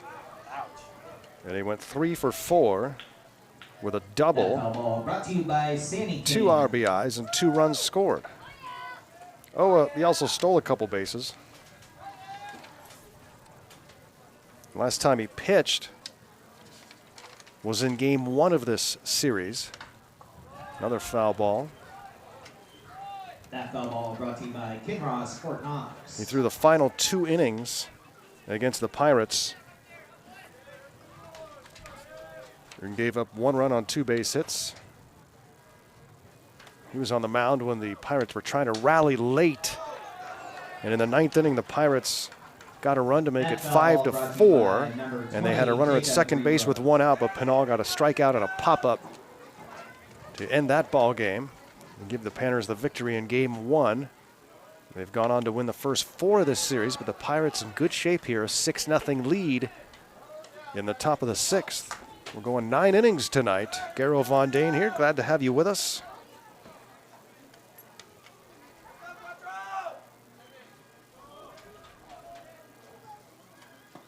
Swing and a miss. Finally gets rid of Rebrook.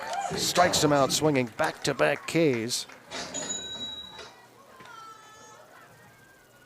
For Matthew Pinal. Back for the Pirates, number 15, Angelo Aliman.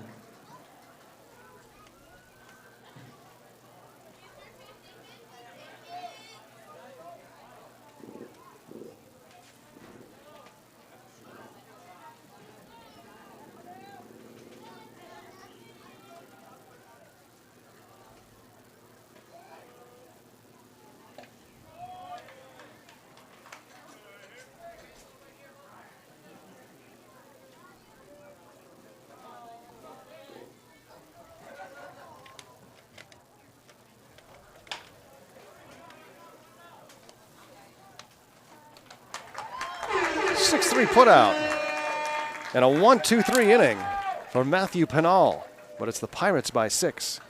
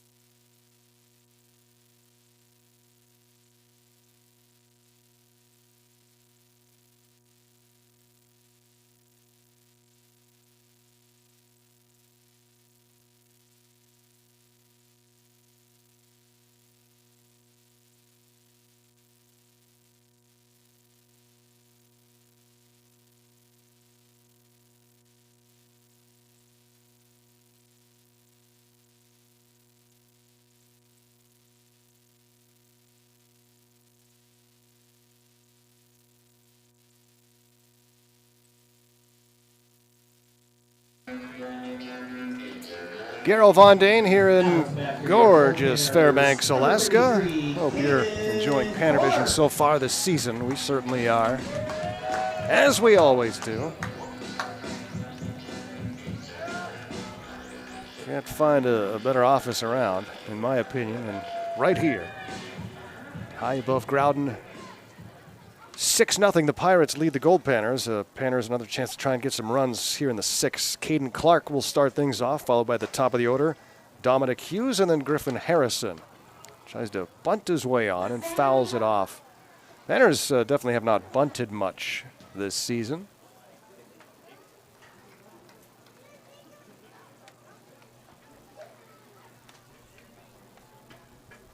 Panners head coach Mark Lindsay has enjoyed an excellent start to this season, 7-0-1 so far.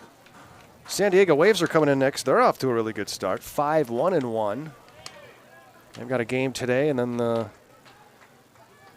they'll start making their way up here to Fairbanks, and we will see them on Monday at 6:30 p.m. for Game 1 of the Midnight Sun Series.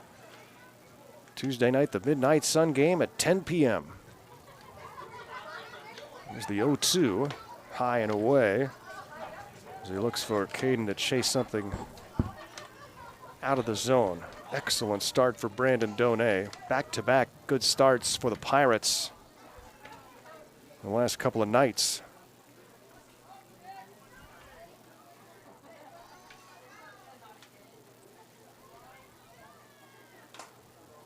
That one's fouled off the mask of catcher Buglino. Brought to you by Foundation Health Partners.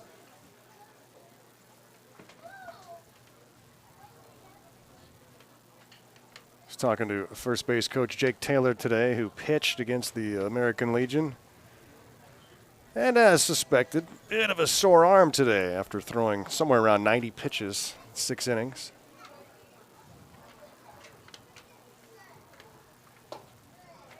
Remember some impressive youngsters for the Legion team, and that was a young team too. A lot of 15 and 16-year-olds.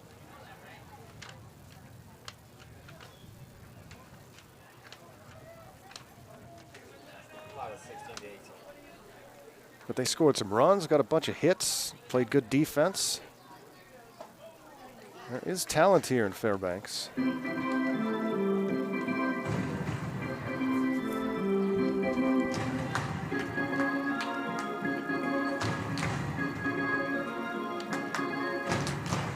Caden Clark staying alive here. 3 balls and 2 strikes against Donay.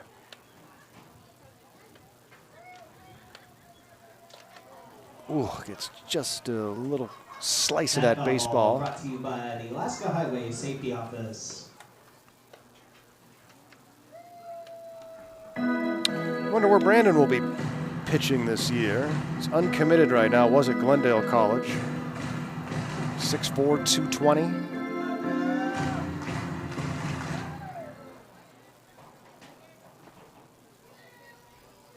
Another 3-2. Up high, ball 4. And the leadoff walk to Caden Clark.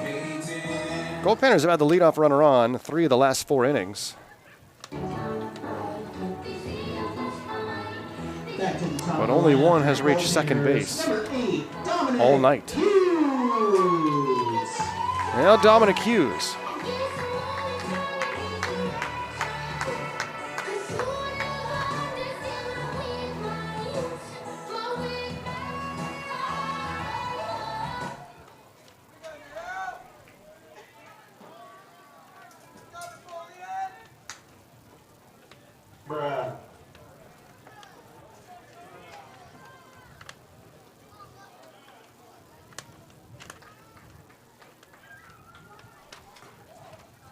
There are only 7 total hits in this game. Dom takes a strike, big breaking ball from Donay. 4 hits for the Ventura County Pirates, just one of those since the first inning.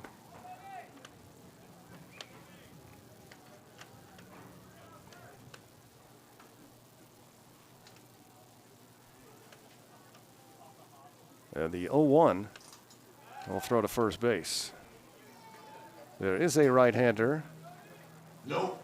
Just getting loose in the Ventura County bullpen up the right field side. As Donay's pitch count starts to climb.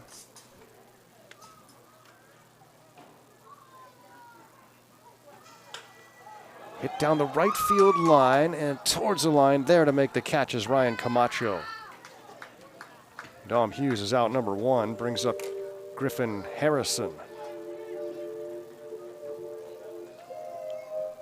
Now at the bat for your Goldpanners, number 12. Been tough to get any offense going against Donay. Working on a weekend like usual. Way off in the deep Maybe the end Panners' like best usual. hope is to get him Swear to they passed us, they doing too throw enough much. pitches to leave the game. Done my taxes, I'm too turned up. Virgil got a paddock on my wrist. 1 out here in the 6th inning. And Griffin Harrison try to connect.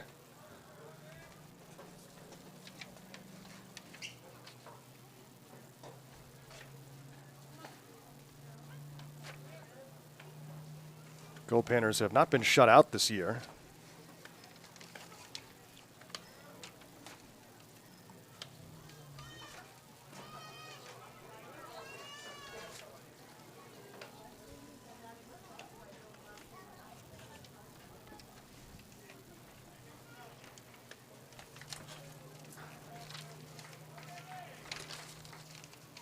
Their lowest run total this year was 3. Runner takes off, and the ball's in the dirt. Stolen base for Clark. He gets into scoring position for Griffin Harrison.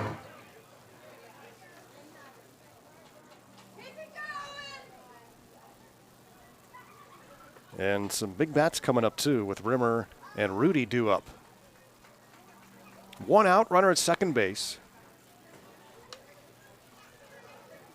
And Harrison with a 2-ball, no strike count.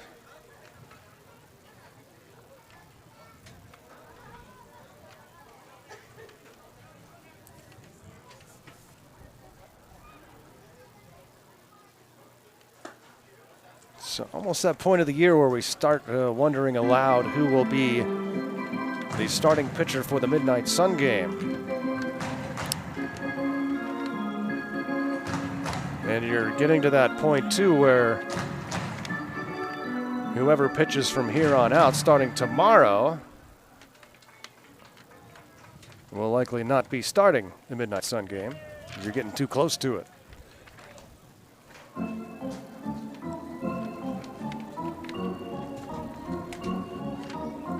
The wind swirling around here in the press box.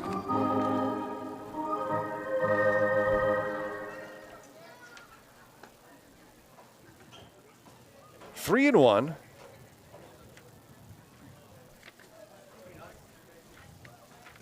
Way up high for ball 4. Couple of walks in the inning. Second and third issued of the game for Brandon Donay. And 2 on for the Goldpanners. And Sean Rimmer. And here comes head coach George Verneau, and let's see what he decides to do. He's not made a signal yet.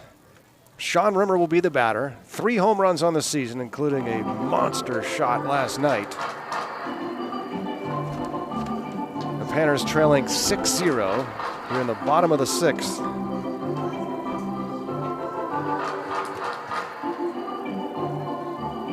Right now, it looks like Donay is going to continue. George Verneau just speaking to his infield right now. And Dwayne Clemens, home plate umpire, comes out to say, all right, guys, let's wrap this up.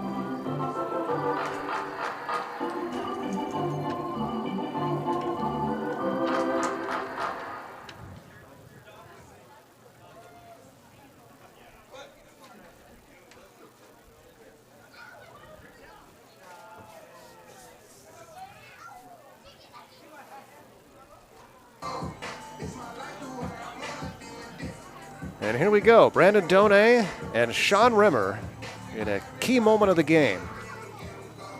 Goldpanners have been shut out for 5 1/3. They trail it by 6, all 6 runs for the Pirates coming in the first inning. 2 on, 1 out, and Sean Rimmer at the plate. Throw to second, runner back safely. Leaning a little bit was Clark, but able to dive back and beat the tag from Treto.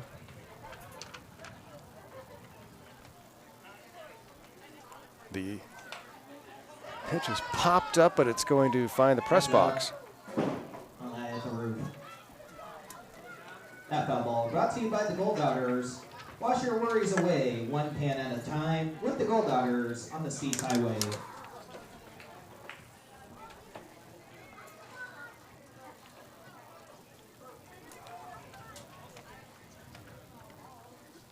Those long shadows starting to fall across the field. The sun is off to our left in the north. The 0-1 pitch to Rimmer. Big swing and a miss. And he's in the hole here, 0-2. And Usabelli Coal Night here at the ballpark.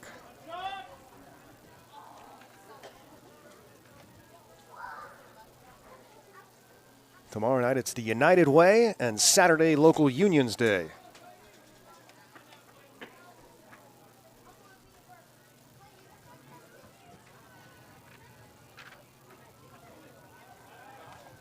He looks the runner back to second. The right-hander in the pen is ready if called upon, and looks to be Kellen Montgomery, the right-handed freshman from Long Beach State.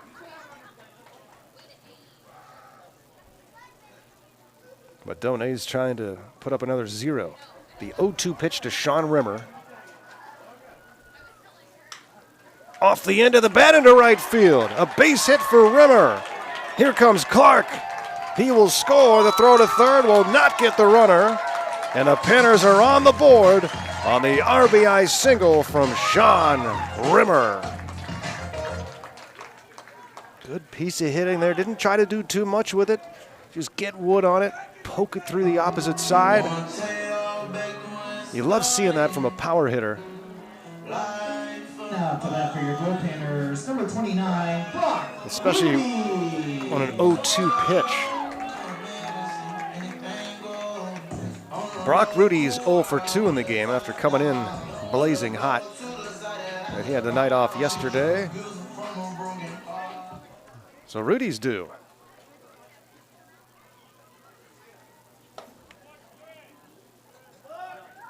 Had been 7 for his last 10, and before tonight had been on base 11 times in his last 14 plate appearances. The 1-0 to him. The Panners finally break through with a run. It's a 6-1 game.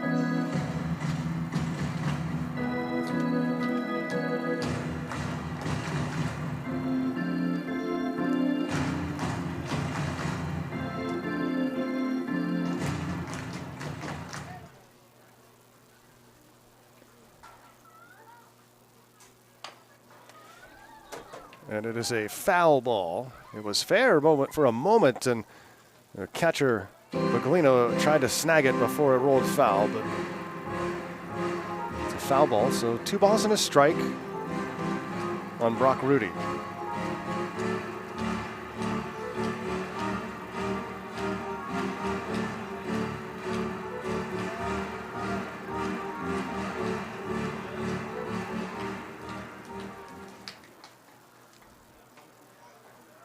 Throw to first, runner back safely. Nope.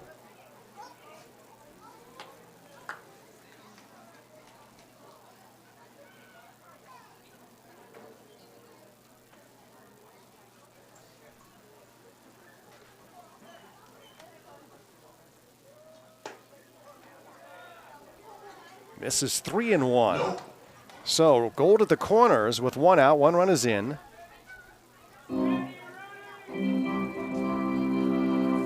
Brock Rudy with a 3-ball, 1-strike count. On deck is Cole Alexander. Rudy awaits the 3-1 from Donay. And he hits this one high down the right field line. It's deep, it's going back, and it is gone!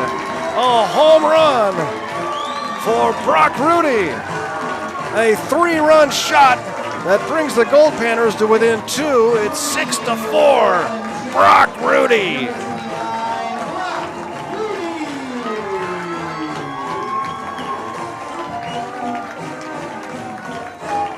And the Utah fight song plays.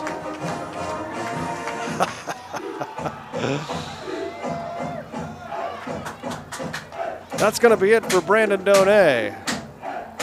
3-run home run, his first of the year. Brock Rudy makes it 6-4. Here come the Panners.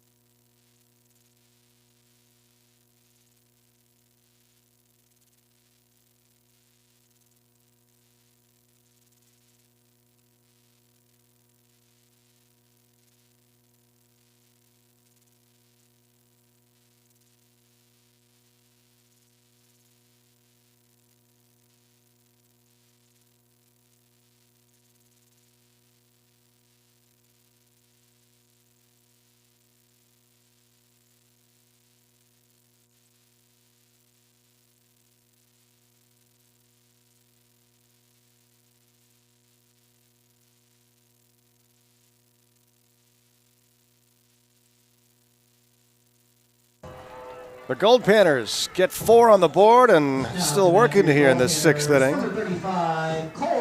And pitching change here. That's all for Brandon Donay. And enter number 19, Kellen Montgomery. Kellen Montgomery, the 6', 200-pound right-handed freshman from Long Beach State out of Dos Pueblos High School. And he will face Cole Alexander with now the bases empty and 1 out. As the Panners rally here in the 6th. A 3-run home run for Brock Rudy. Open 10 a.m. to 6 p.m.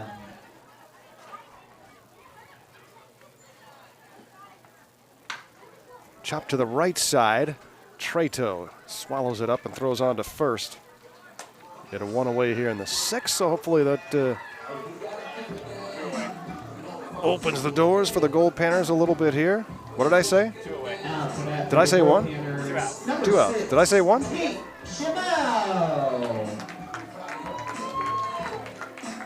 There are 2 outs. Got to get my brain and my mouth to meet up somewhere.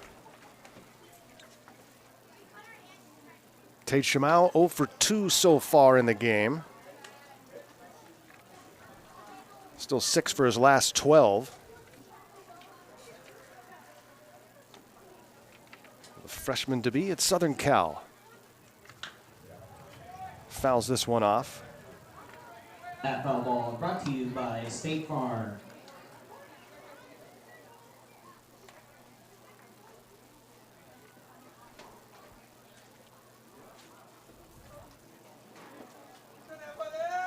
Two away. And Shamau fouls this one off in on the hands. And that also got the wrist of the catcher, Buglino, or the thumb, perhaps. And he's stung by that. Earlier in the game, assistant coach Armando Gomez was tossed, arguing a call at the plate.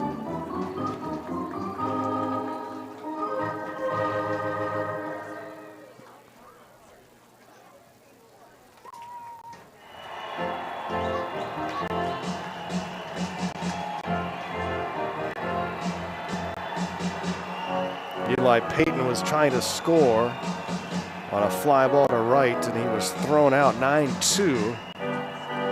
And the ball was caught by catcher Isaac Shuck, who then waved the glove out to make the tag. Payton thought he missed the tag, and so did Armando Gomez, but he was called out. And Gomez, a little bit upset, and he was shown the exit. Tate Shamau stands back in with an 0-2 count as Buglino is ready to get back to work after getting that foul ball off of his hand. And it's 1-2 from Kellen Montgomery. 5 1/3 for Donay, 4 runs on 4 base hits, 3 walks and a strikeout. And Shamau strikes out for the final out here in the 6th, but the Goldpanners pick up 4 runs. A 3-run home run for Brock Rudy, his first of the year. The Pirates lead it by 2 as we enter the final third of the ball game.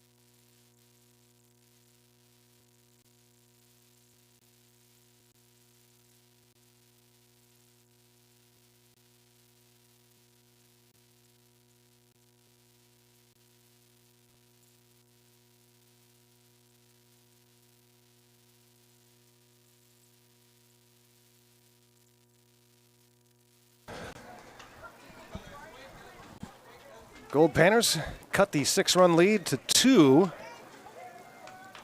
as we start inning number 7 here at Groudon.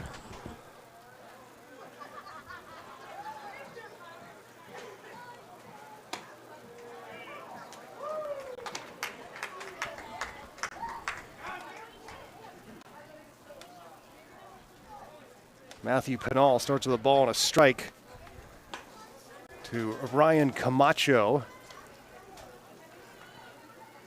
Toughest out for the Ventura County Pirates. 2 for 3 on the day. Checked his swing. It's called strike 2.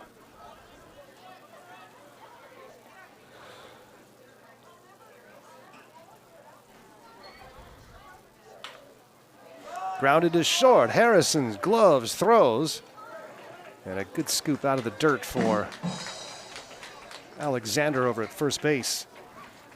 And Camacho retired for out number 1. Number 4, Jovan Camacho. Brings up brother Jovan Camacho.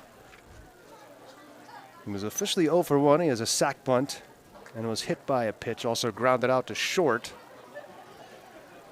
Pirates got 6 runs in the first inning, all unearned. But Ethan Remmers struggled and departed after the first, faced 11 hitters.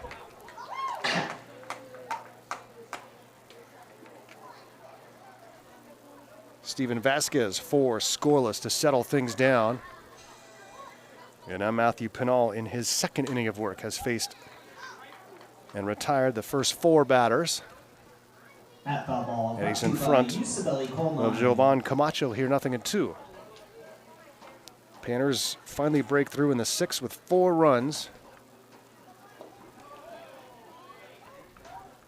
Brock Rudy goes over the right field fence for a 3-run home run.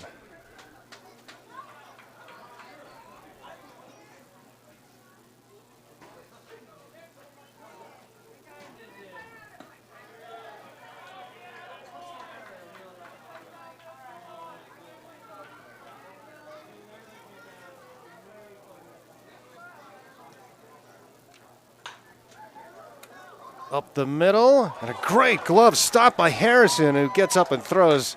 Not going to be in time, but great play by Griffin. And it's an infield hit for Jovan Camacho. Number 35, Eli Payton. And it brings up Eli Payton, who's 1 for 2. The run scored.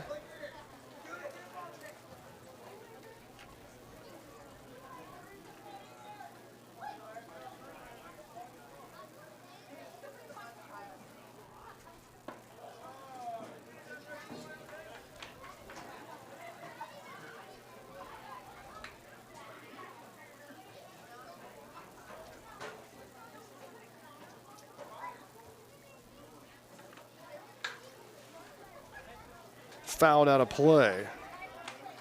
At foul ball, brought to you by the Glass Doctor. Luckily, nobody parked over there.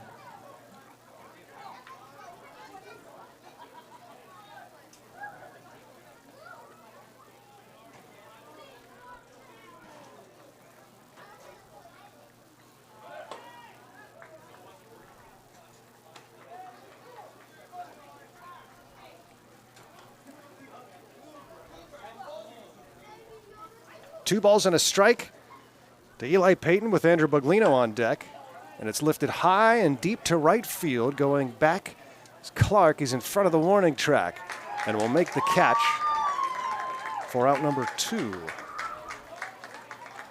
And Andrew Buglino will bat 0 for 2 with a run scored and a walk. Their Pirates do have 1 home run, if you're wondering, in this series, and it was in the first inning today when Robbie Trato hit a 3-run jack as part of that 6-run first inning.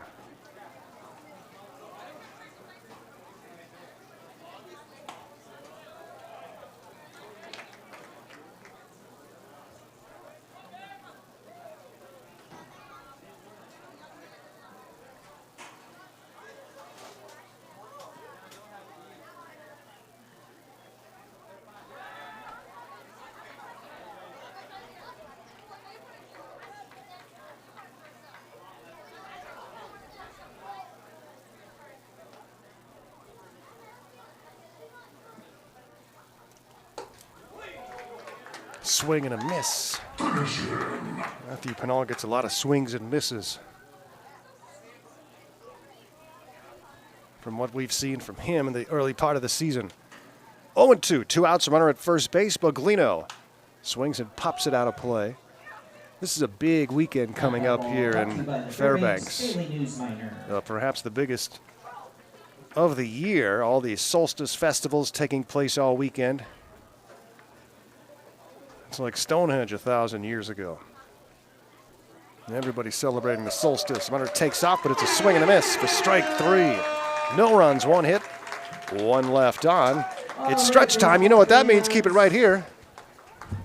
Time to get up and stretch as Olivia Chevrolet of Fairbanks proudly presents Happy Boy.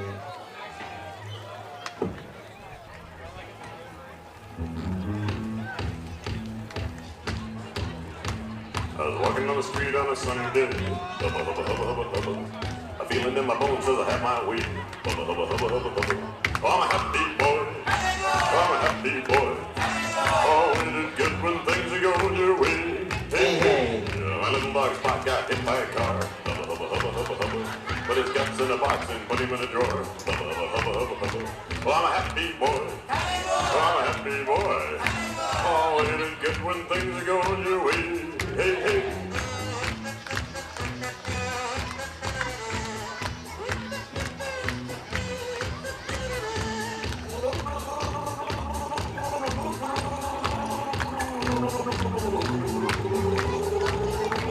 I forgot all about it for a month and a half. Hubba, hubba, hubba, hubba, hubba. I looked in the drawer and started to laugh. Hubba, hubba, hubba, hubba, hubba. 'Cause I'm a happy boy. Happy boy. Oh, happy boy. Happy boy. Oh, it is good when things are going your way. Hey, hey.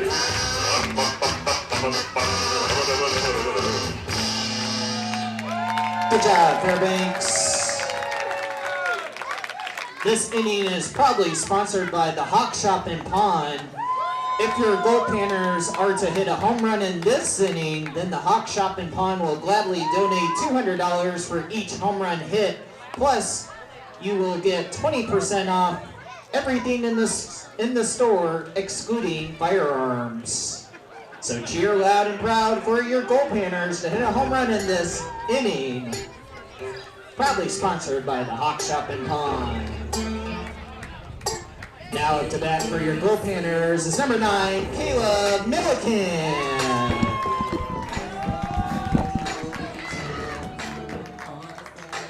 Caleb Milliken leads off for Fairbanks after Happy Boy's nightly appearance here during the 7th inning stretch. Happy Boy usually sparks some offense. This is a grounder to the right side on 2 hops. Trato makes the play onto first. And Caleb Milliken is the first out here. In the bottom of the 7th inning yesterday, Happy Boy yielded Now to bat for your Goldpanners, number 17, runs Isaac in the Shuck. bottom of the 5th. Happy Boy came out middle of the 5th yesterday of a 7-inning game. And the Panners scored 2 runs after his appearance and then added 4 more in the next inning.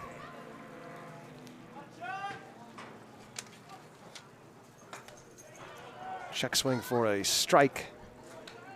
Kellen Montgomery in his 2nd inning of relief, following Brandon Donay's 5 1/3. And the 1-strike pitch in there for strike 2. Starts off throwing strikes here in the 7th inning and facing Isaac Shuck, who's 1 for 2. Caden Clark will follow.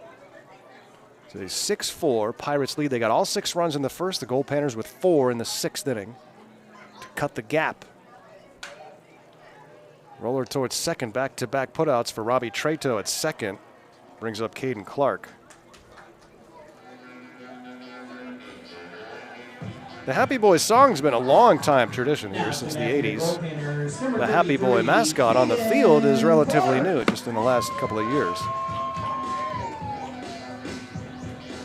Great to have you all tuned in to PannerVision. See, Bobby Sheridan's tuned in. How you doing, Bobby? Always love having you aboard.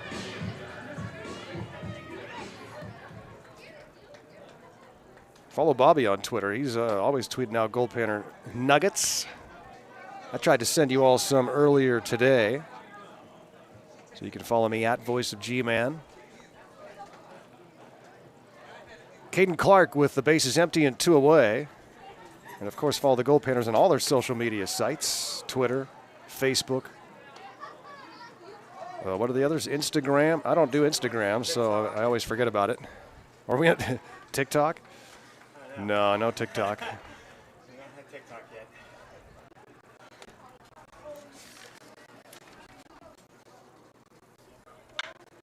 Chopped foul. That foul ball brought to you by Auto Trim Design. Chris is back. It's funny how it's like Scooby-Doo. You're always gone, I always miss When it. Happy Boy's on the field, you always miss it. I gotta stop those bathroom breaks. Bathroom breaks are brutal. Yeah, they are. Legendary and brutal here at Fairbanks. There's no bathroom in the press box.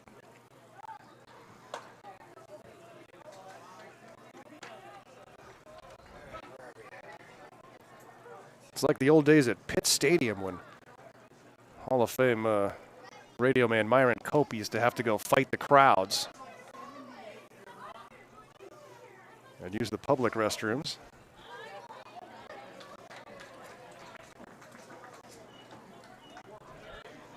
Pitt Stadium's long gone. Now it's the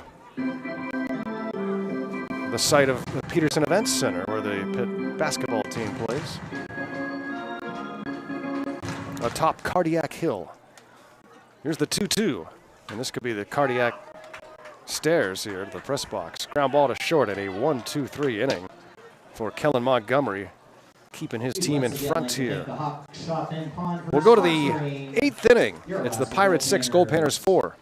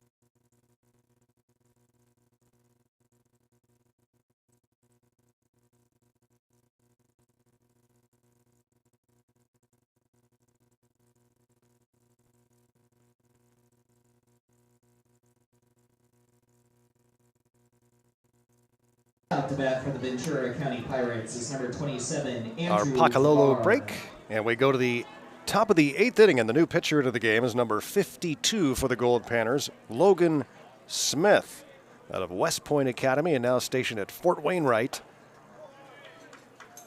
Remember the United States Armed Forces, and contacted the Goldpanners and wanted to pitch, and General Manager John Lorkey and Mark Lindsay said, well, let's see you throw a little bit, and they were impressed with what they saw, and he's a member of the Goldpanners this year. He works to Andrew Tovar, then Troy Anderson and Robbie Trato, 5, 6, and 7 spots in the Pirates batting order, swing and a miss. And it's 2-1. Good work for Matthew Pinal in relief. He goes 2 scoreless on just 1 base hit. He struck out 3, didn't walk any. Panthers trying to claw their way back after giving up 6 in the first inning. 1 hop back to the mound. Logan Smith. Underhand toss to first. And a 1 away here in the 8th inning.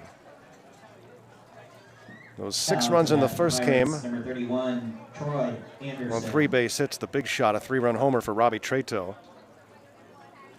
But since then, Just 2 singles, an infield hit, and a single for Peyton back in the 5th inning. The Panners need some more runs if they're going to avoid their first loss of the season. 6 outs to work with.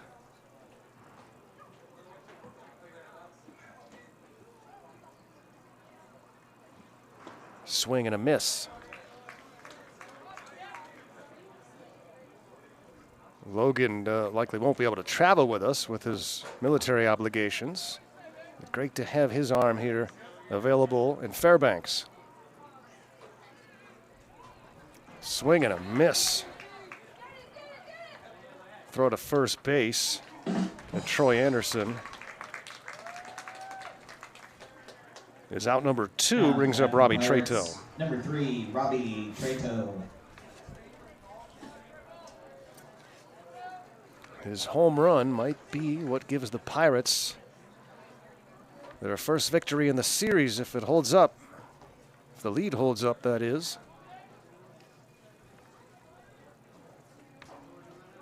I mentioned it at the beginning of this broadcast. Despite the fact the Goldpanners have taken the first 4 of the series, it's been all entertaining games. Sure to have some more entertainment in that San Diego Wave series. They're off to a good start. They always bring a good team up here to Fairbanks. And we'll get our first look at them on Monday at 6:30. A couple more with the Pirates. Before that, tomorrow at 6:30 and Saturday at 2 p.m. A lot of festivities here on Saturday night on Solstice weekend. Foul back. We'll have the Midnight Sun Run. It's a run through the streets of Fairbanks. It's a race, but it's also one of those events, you know, people wearing silly costumes and pushing strollers and serious runners and parties in front yards throughout the race. On the Saturday closest to the longest day of the year. Always a huge weekend here in Fairbanks, where it doesn't get dark. Here's the 2-2 to Trato. Swing and a miss and a 1-2-3-8 with a couple of strikeouts for Logan Smith. We'll go to the bottom of the 8th. The Panners need 2.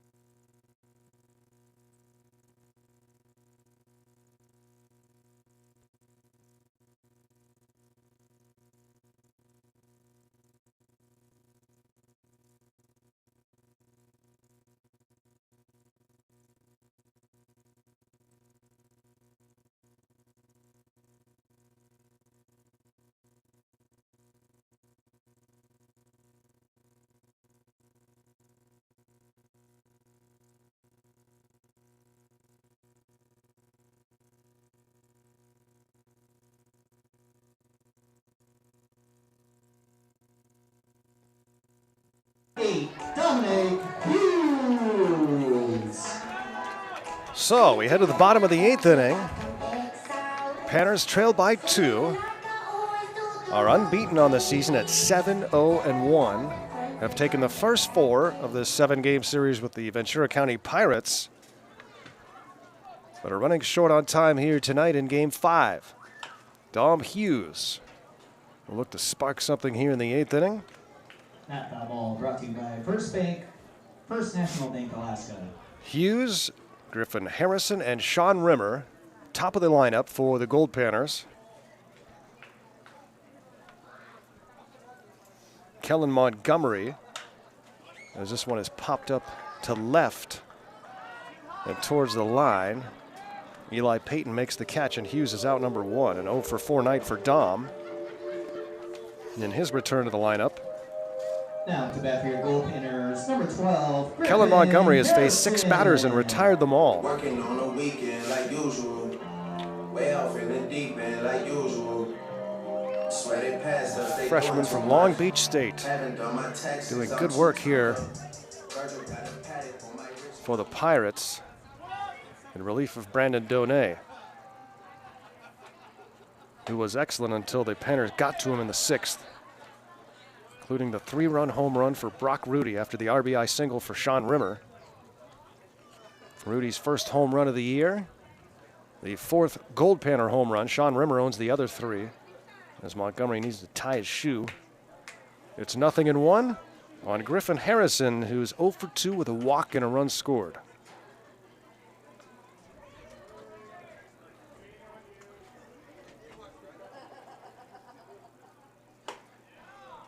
In for strike 2. Griffin Harrison, the freshman from Sacramento State.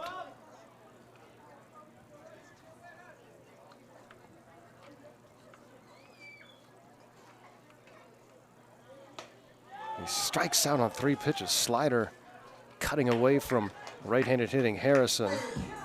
2 up and 2 down here in the 8th. Montgomery not allowing the Goldpanners anything. Number 22, Sean. And Sean Rimmer will stand in. Brock Rudy is on deck.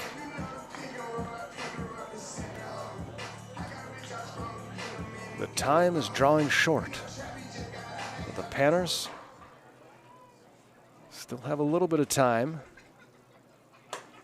to try and rally late.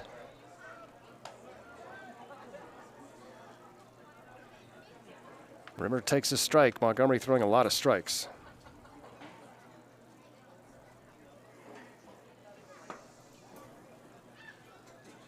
He has struck out 2.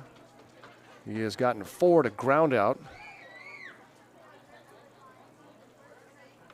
And 1 fly out to left.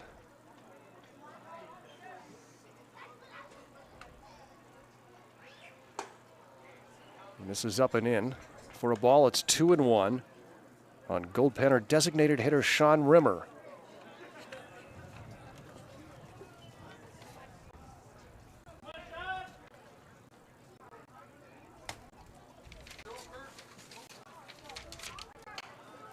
Over the mound and into center field for a base hit. A 2-out single for Sean Rimmer. A 2-hit night for Sean.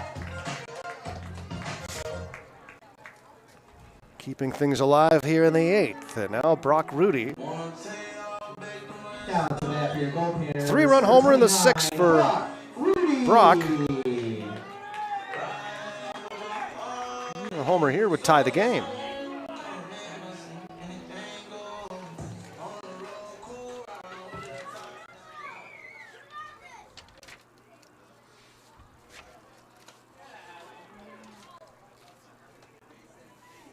Nope.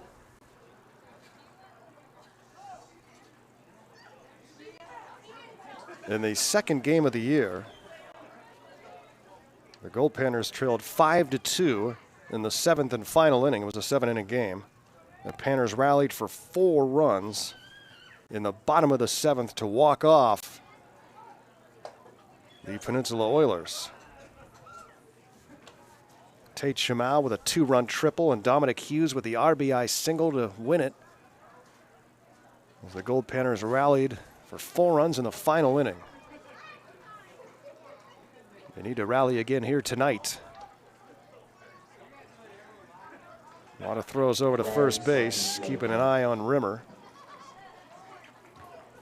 Brock Rudy with a 1-ball, no strike count.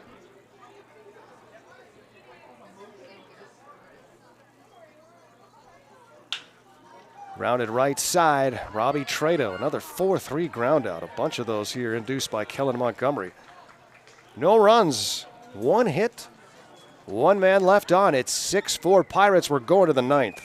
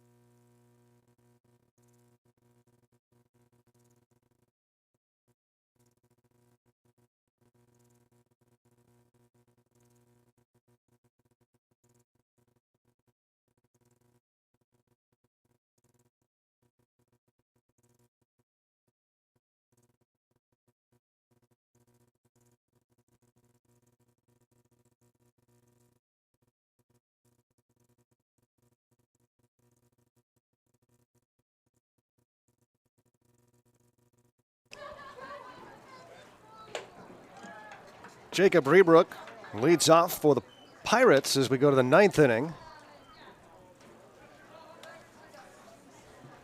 All 6 Ventura County runs coming in the first inning.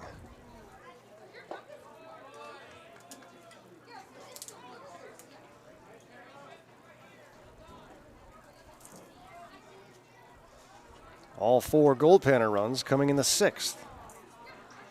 We're in the top of the 9th. Second inning of work for Logan Smith, the 4th Goldpanner pitcher of the game. Ethan Remmers 1 inning. Steven Vasquez 4 scoreless. Matthew Pinal 2 scoreless. Logan Smith 1 scoreless. Now works here in the 9th. He misses for ball 3 on Jacob Rebrook, who's 0 for 2, was hit by a pitch and scored back in that first inning. 11 batters came to the plate. And it's ball 4, a 5-pitch walk to Rebrook as the Pirates look for insurance. Garrow Von Dane here at Groudon, where the Panners have not lost this summer.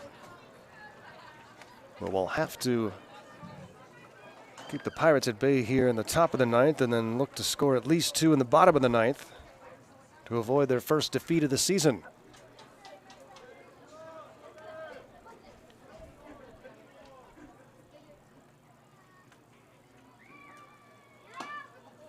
And he bunted and missed, and it actually hits home plate umpire Dwayne Clements. And Dwayne in a little bit of pain.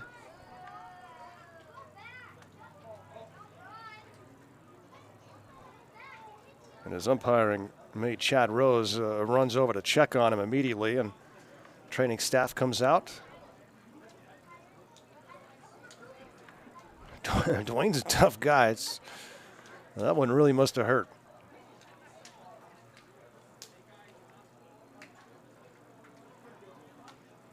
Not sure where exactly that got him. Mark Lindsay's having a little chuckle with Dwayne Clements. Baseball to the face is retired Marine Corps Sergeant Dwayne Clements. Retired Marine Corps Sergeant Dwayne Clements.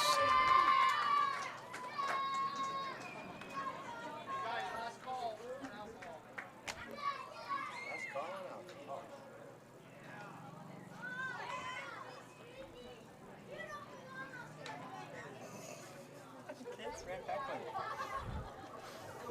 He's a good heckler, too. 12.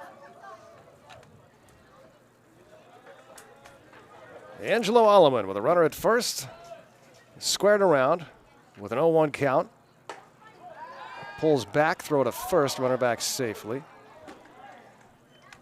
So it's 1-1 on Alleman, who's 0 for 2 with a walk in the game, trying to bunt the runner over and put a runner in scoring position and give the Pirates an opportunity to get some insurance. Leading by 2 here in the 9th.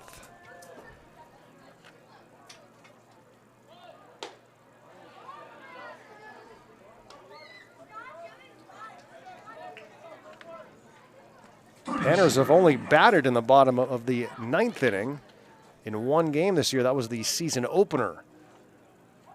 And it was ruled a tie after 9 innings.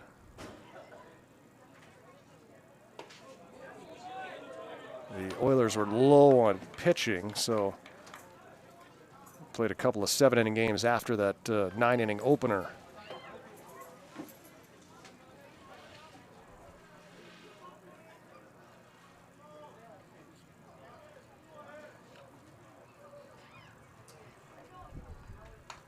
Swinging a foul tip, so swinging away with 2 strikes.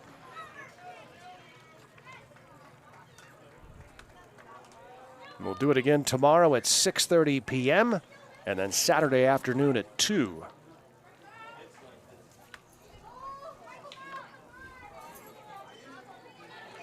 We haven't seen more than a few drops of rain since the season started.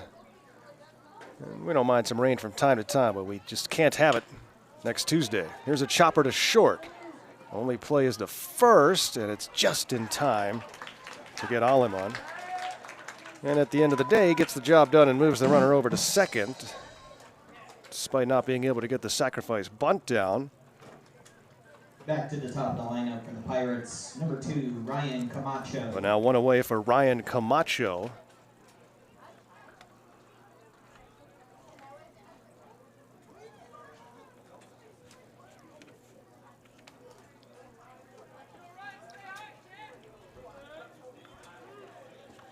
Now 9 for 16 in the series. Good pitch on the outside corner for a strike. 1 away, runner at second base. The Pirates leading by 2. But not satisfied with a 2-run lead here in the 9th. They would love to get some more. Swing and a miss on an off-speed pitch. And it's 0-2. Logan Smith was on the mound a few nights ago. The Panners were within 2 outs of a 3-pitcher combined no-hitter. This one is chopped foul. Logan Smith had pitched a hitless 8th in his first inning of work, and then in the 9th with 1 out, he walked a batter.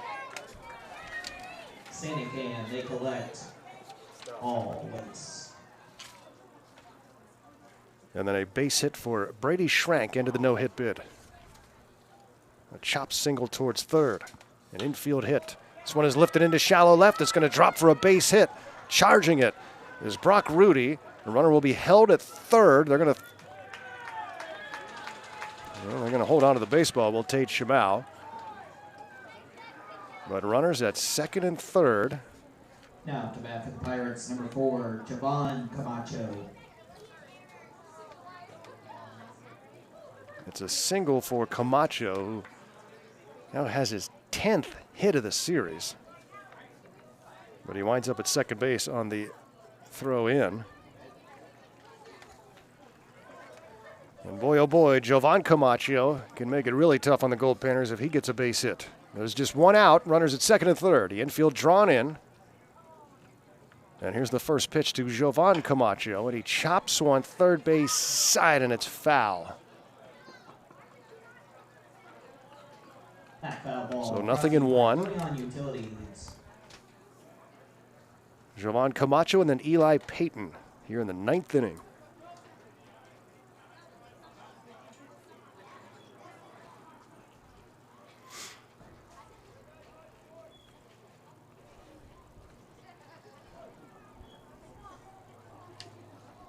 The 0-1 pitch from Logan Smith.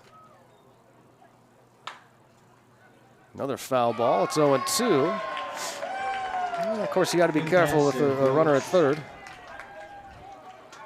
in terms of Foul ball. trying to throw something off the plate Third base coach for the Pirates. that Camacho would look to chase.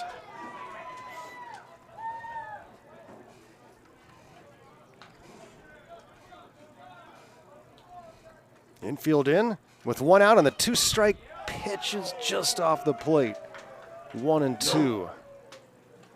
Good ball game here tonight. If you missed any of it or any other game, it's all archived on YouTube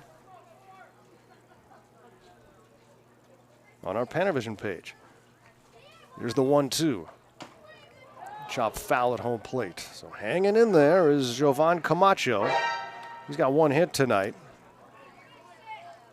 An infield single in the 7th. He was hit by a pitch earlier. Had a sac bunt way back in the 1st.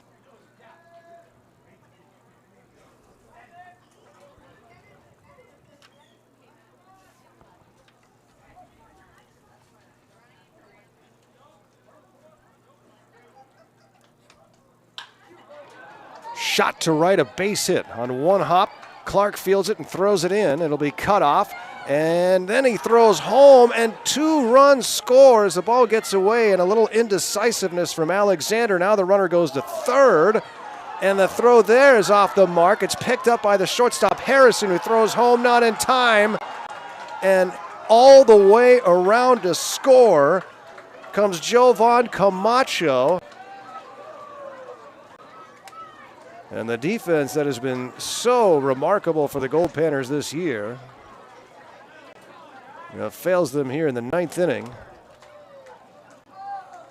And it's now 9-4. Pirates, number 35, Eli Payton.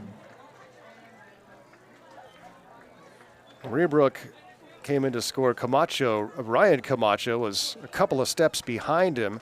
It looked like Cole just wanted to cut it off, and he wasn't considering that Ryan Camacho was racing in behind Rebrook, or so it would seem. And then he quickly threw, but as he rushed to do that, he misfired. And then Jovan was headed for third, and they tried to throw there, and it was off the mark. And then a third errant throw I don't know how you're going to score that. allowed Jovan Camacho to score. It was a single, but then we had some errors after that.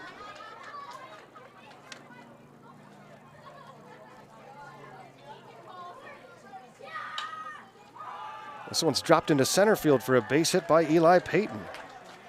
So 3 singles in a row. And the Pirates can taste it now with a 5-run lead. 6, Andrew Buglino. And here comes head coach Mark Lindsay out to talk to Logan Smith. We expect Logan will continue. I think he just wants to calm things down and everybody catch their breath. We'll be right back to Groudon. The Pirates in good position now. They lead at 9-4.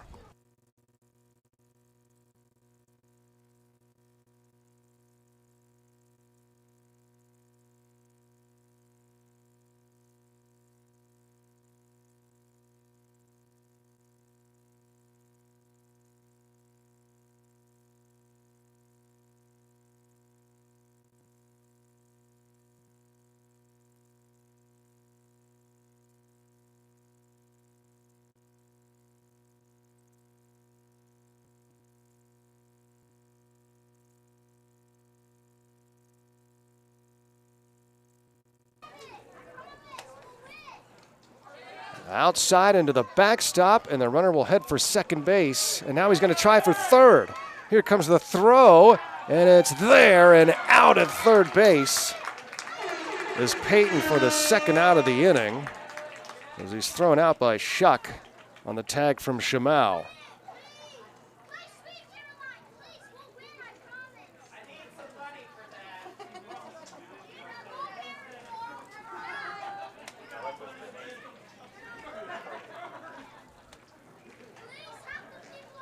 And now Buglino batting with 2 away, and the base is empty. That's awesome. You're going to have to Our PA guy getting heckled right now by the young fan. He's demanding Sweet Caroline. You're only 6, kid. You haven't heard that song enough yet, like we have.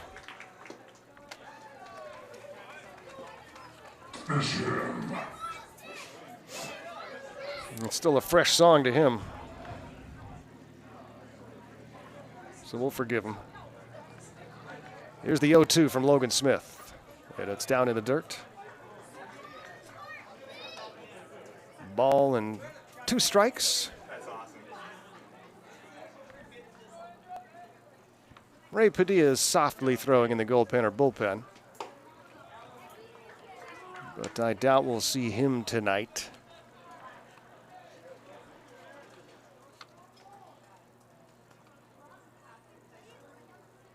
The 2-2.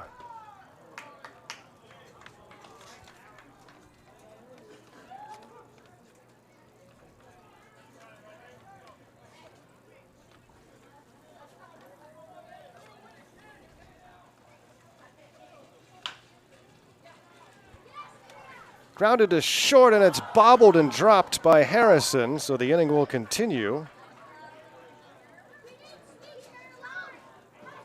And the 4th error of the inning for the Goldpanners, who had none in the first 8 innings.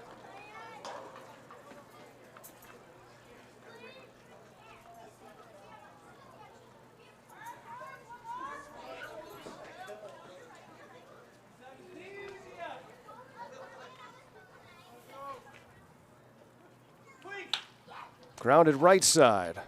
Swallowed up this time by Milliken, who throws on for the final out of the inning.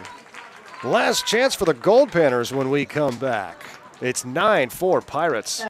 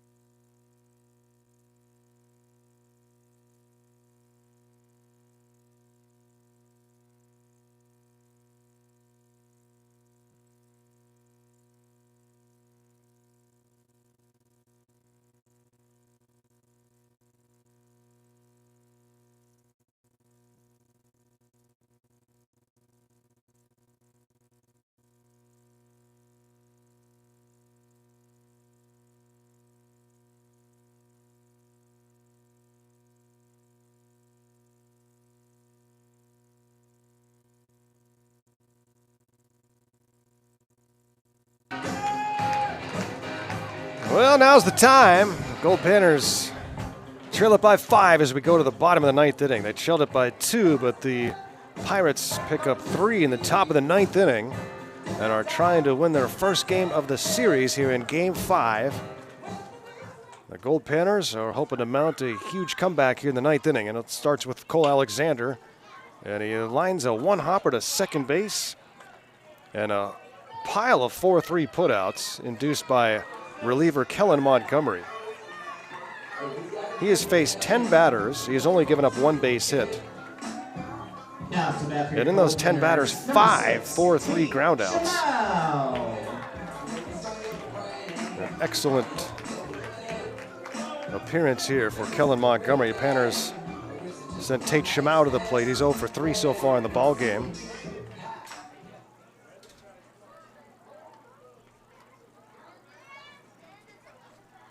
Nine runs on 8 base hits for the Pirates. And they have played a good ball game, no errors. Brought to you by the Gold Daughters. Hunt for gold, ice age fossils, and gemstones at your local gold mine. 3 hits for Ryan Camacho, 2 for Jovan, 2 for Eli Payton. The top of the order has done it all for the Pirates tonight.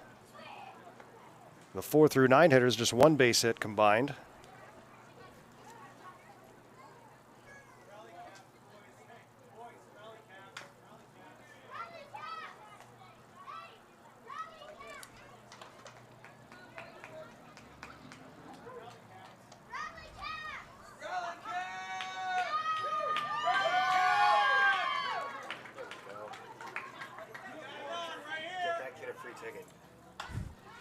This one is fouled off. Thank you. That foul ball brought to you by Tommy G's. 4 runs on 6 hits for the Goldpanners.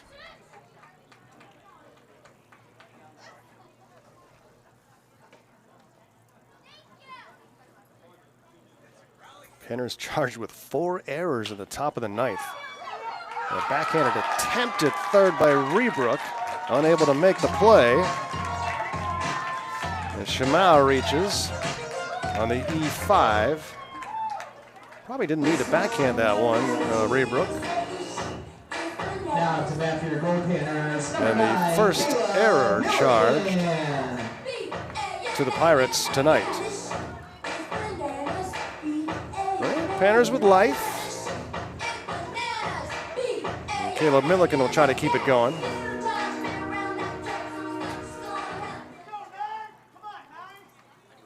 Milliken 2 for 3. And it's hit to short. On to second for 1, on to first. The double play ends the ball game. And the Goldpanners are defeated for the first time this season here in the 9th game of the year. The Panners fall to the Pirates by a final score of 9-4. Will be at 7 p.m. and Saturday will be at 2 p.m. And a well-played game for the Ventura County Pirates as they finally celebrate victory here in Fairbanks. Please designate someone safe to get you home. 9-4. Pirates win here at Groudon on a beautiful night in Fairbanks. A 3-run home run for Robbie Treto in that 6-run first inning. The Panners fought their way back, made it 6-4 thanks to the help of a 3-run home run for Brock Rudy in the 6th. But a 3-run top of the 9th for the Pirates put it away, and the Panners fall 9-4. I'd like to thank you all for tuning in to Goldpanners Baseball on PannerVision here tonight. If you missed any of tonight's action or any other game, you can catch the archive broadcast right there on our YouTube. And before you leave, remember to hit the subscribe button on the YouTube page. And we will see you tomorrow for Game 6 of this series with the Pirates. It begins at 7 p.m. on Friday night. 7 p.m. start tomorrow night. And then the series finale Saturday at 2 p.m. You know Andes are sweet as candy. For my partner Chris Carlson, I'm Garo Von Dane saying so long from Groudon Memorial Park in the golden heart of Alaska. Join us tomorrow. Tune in, turn on, and pan out. Panners fall 9-4. Your winning pitcher is Brandon Donay. Ethan Remmers takes the loss. And the Panners fall to 7-1-1 on the year. The Pirates improved to 2-6-1. Have a great night, everybody. We'll see you tomorrow.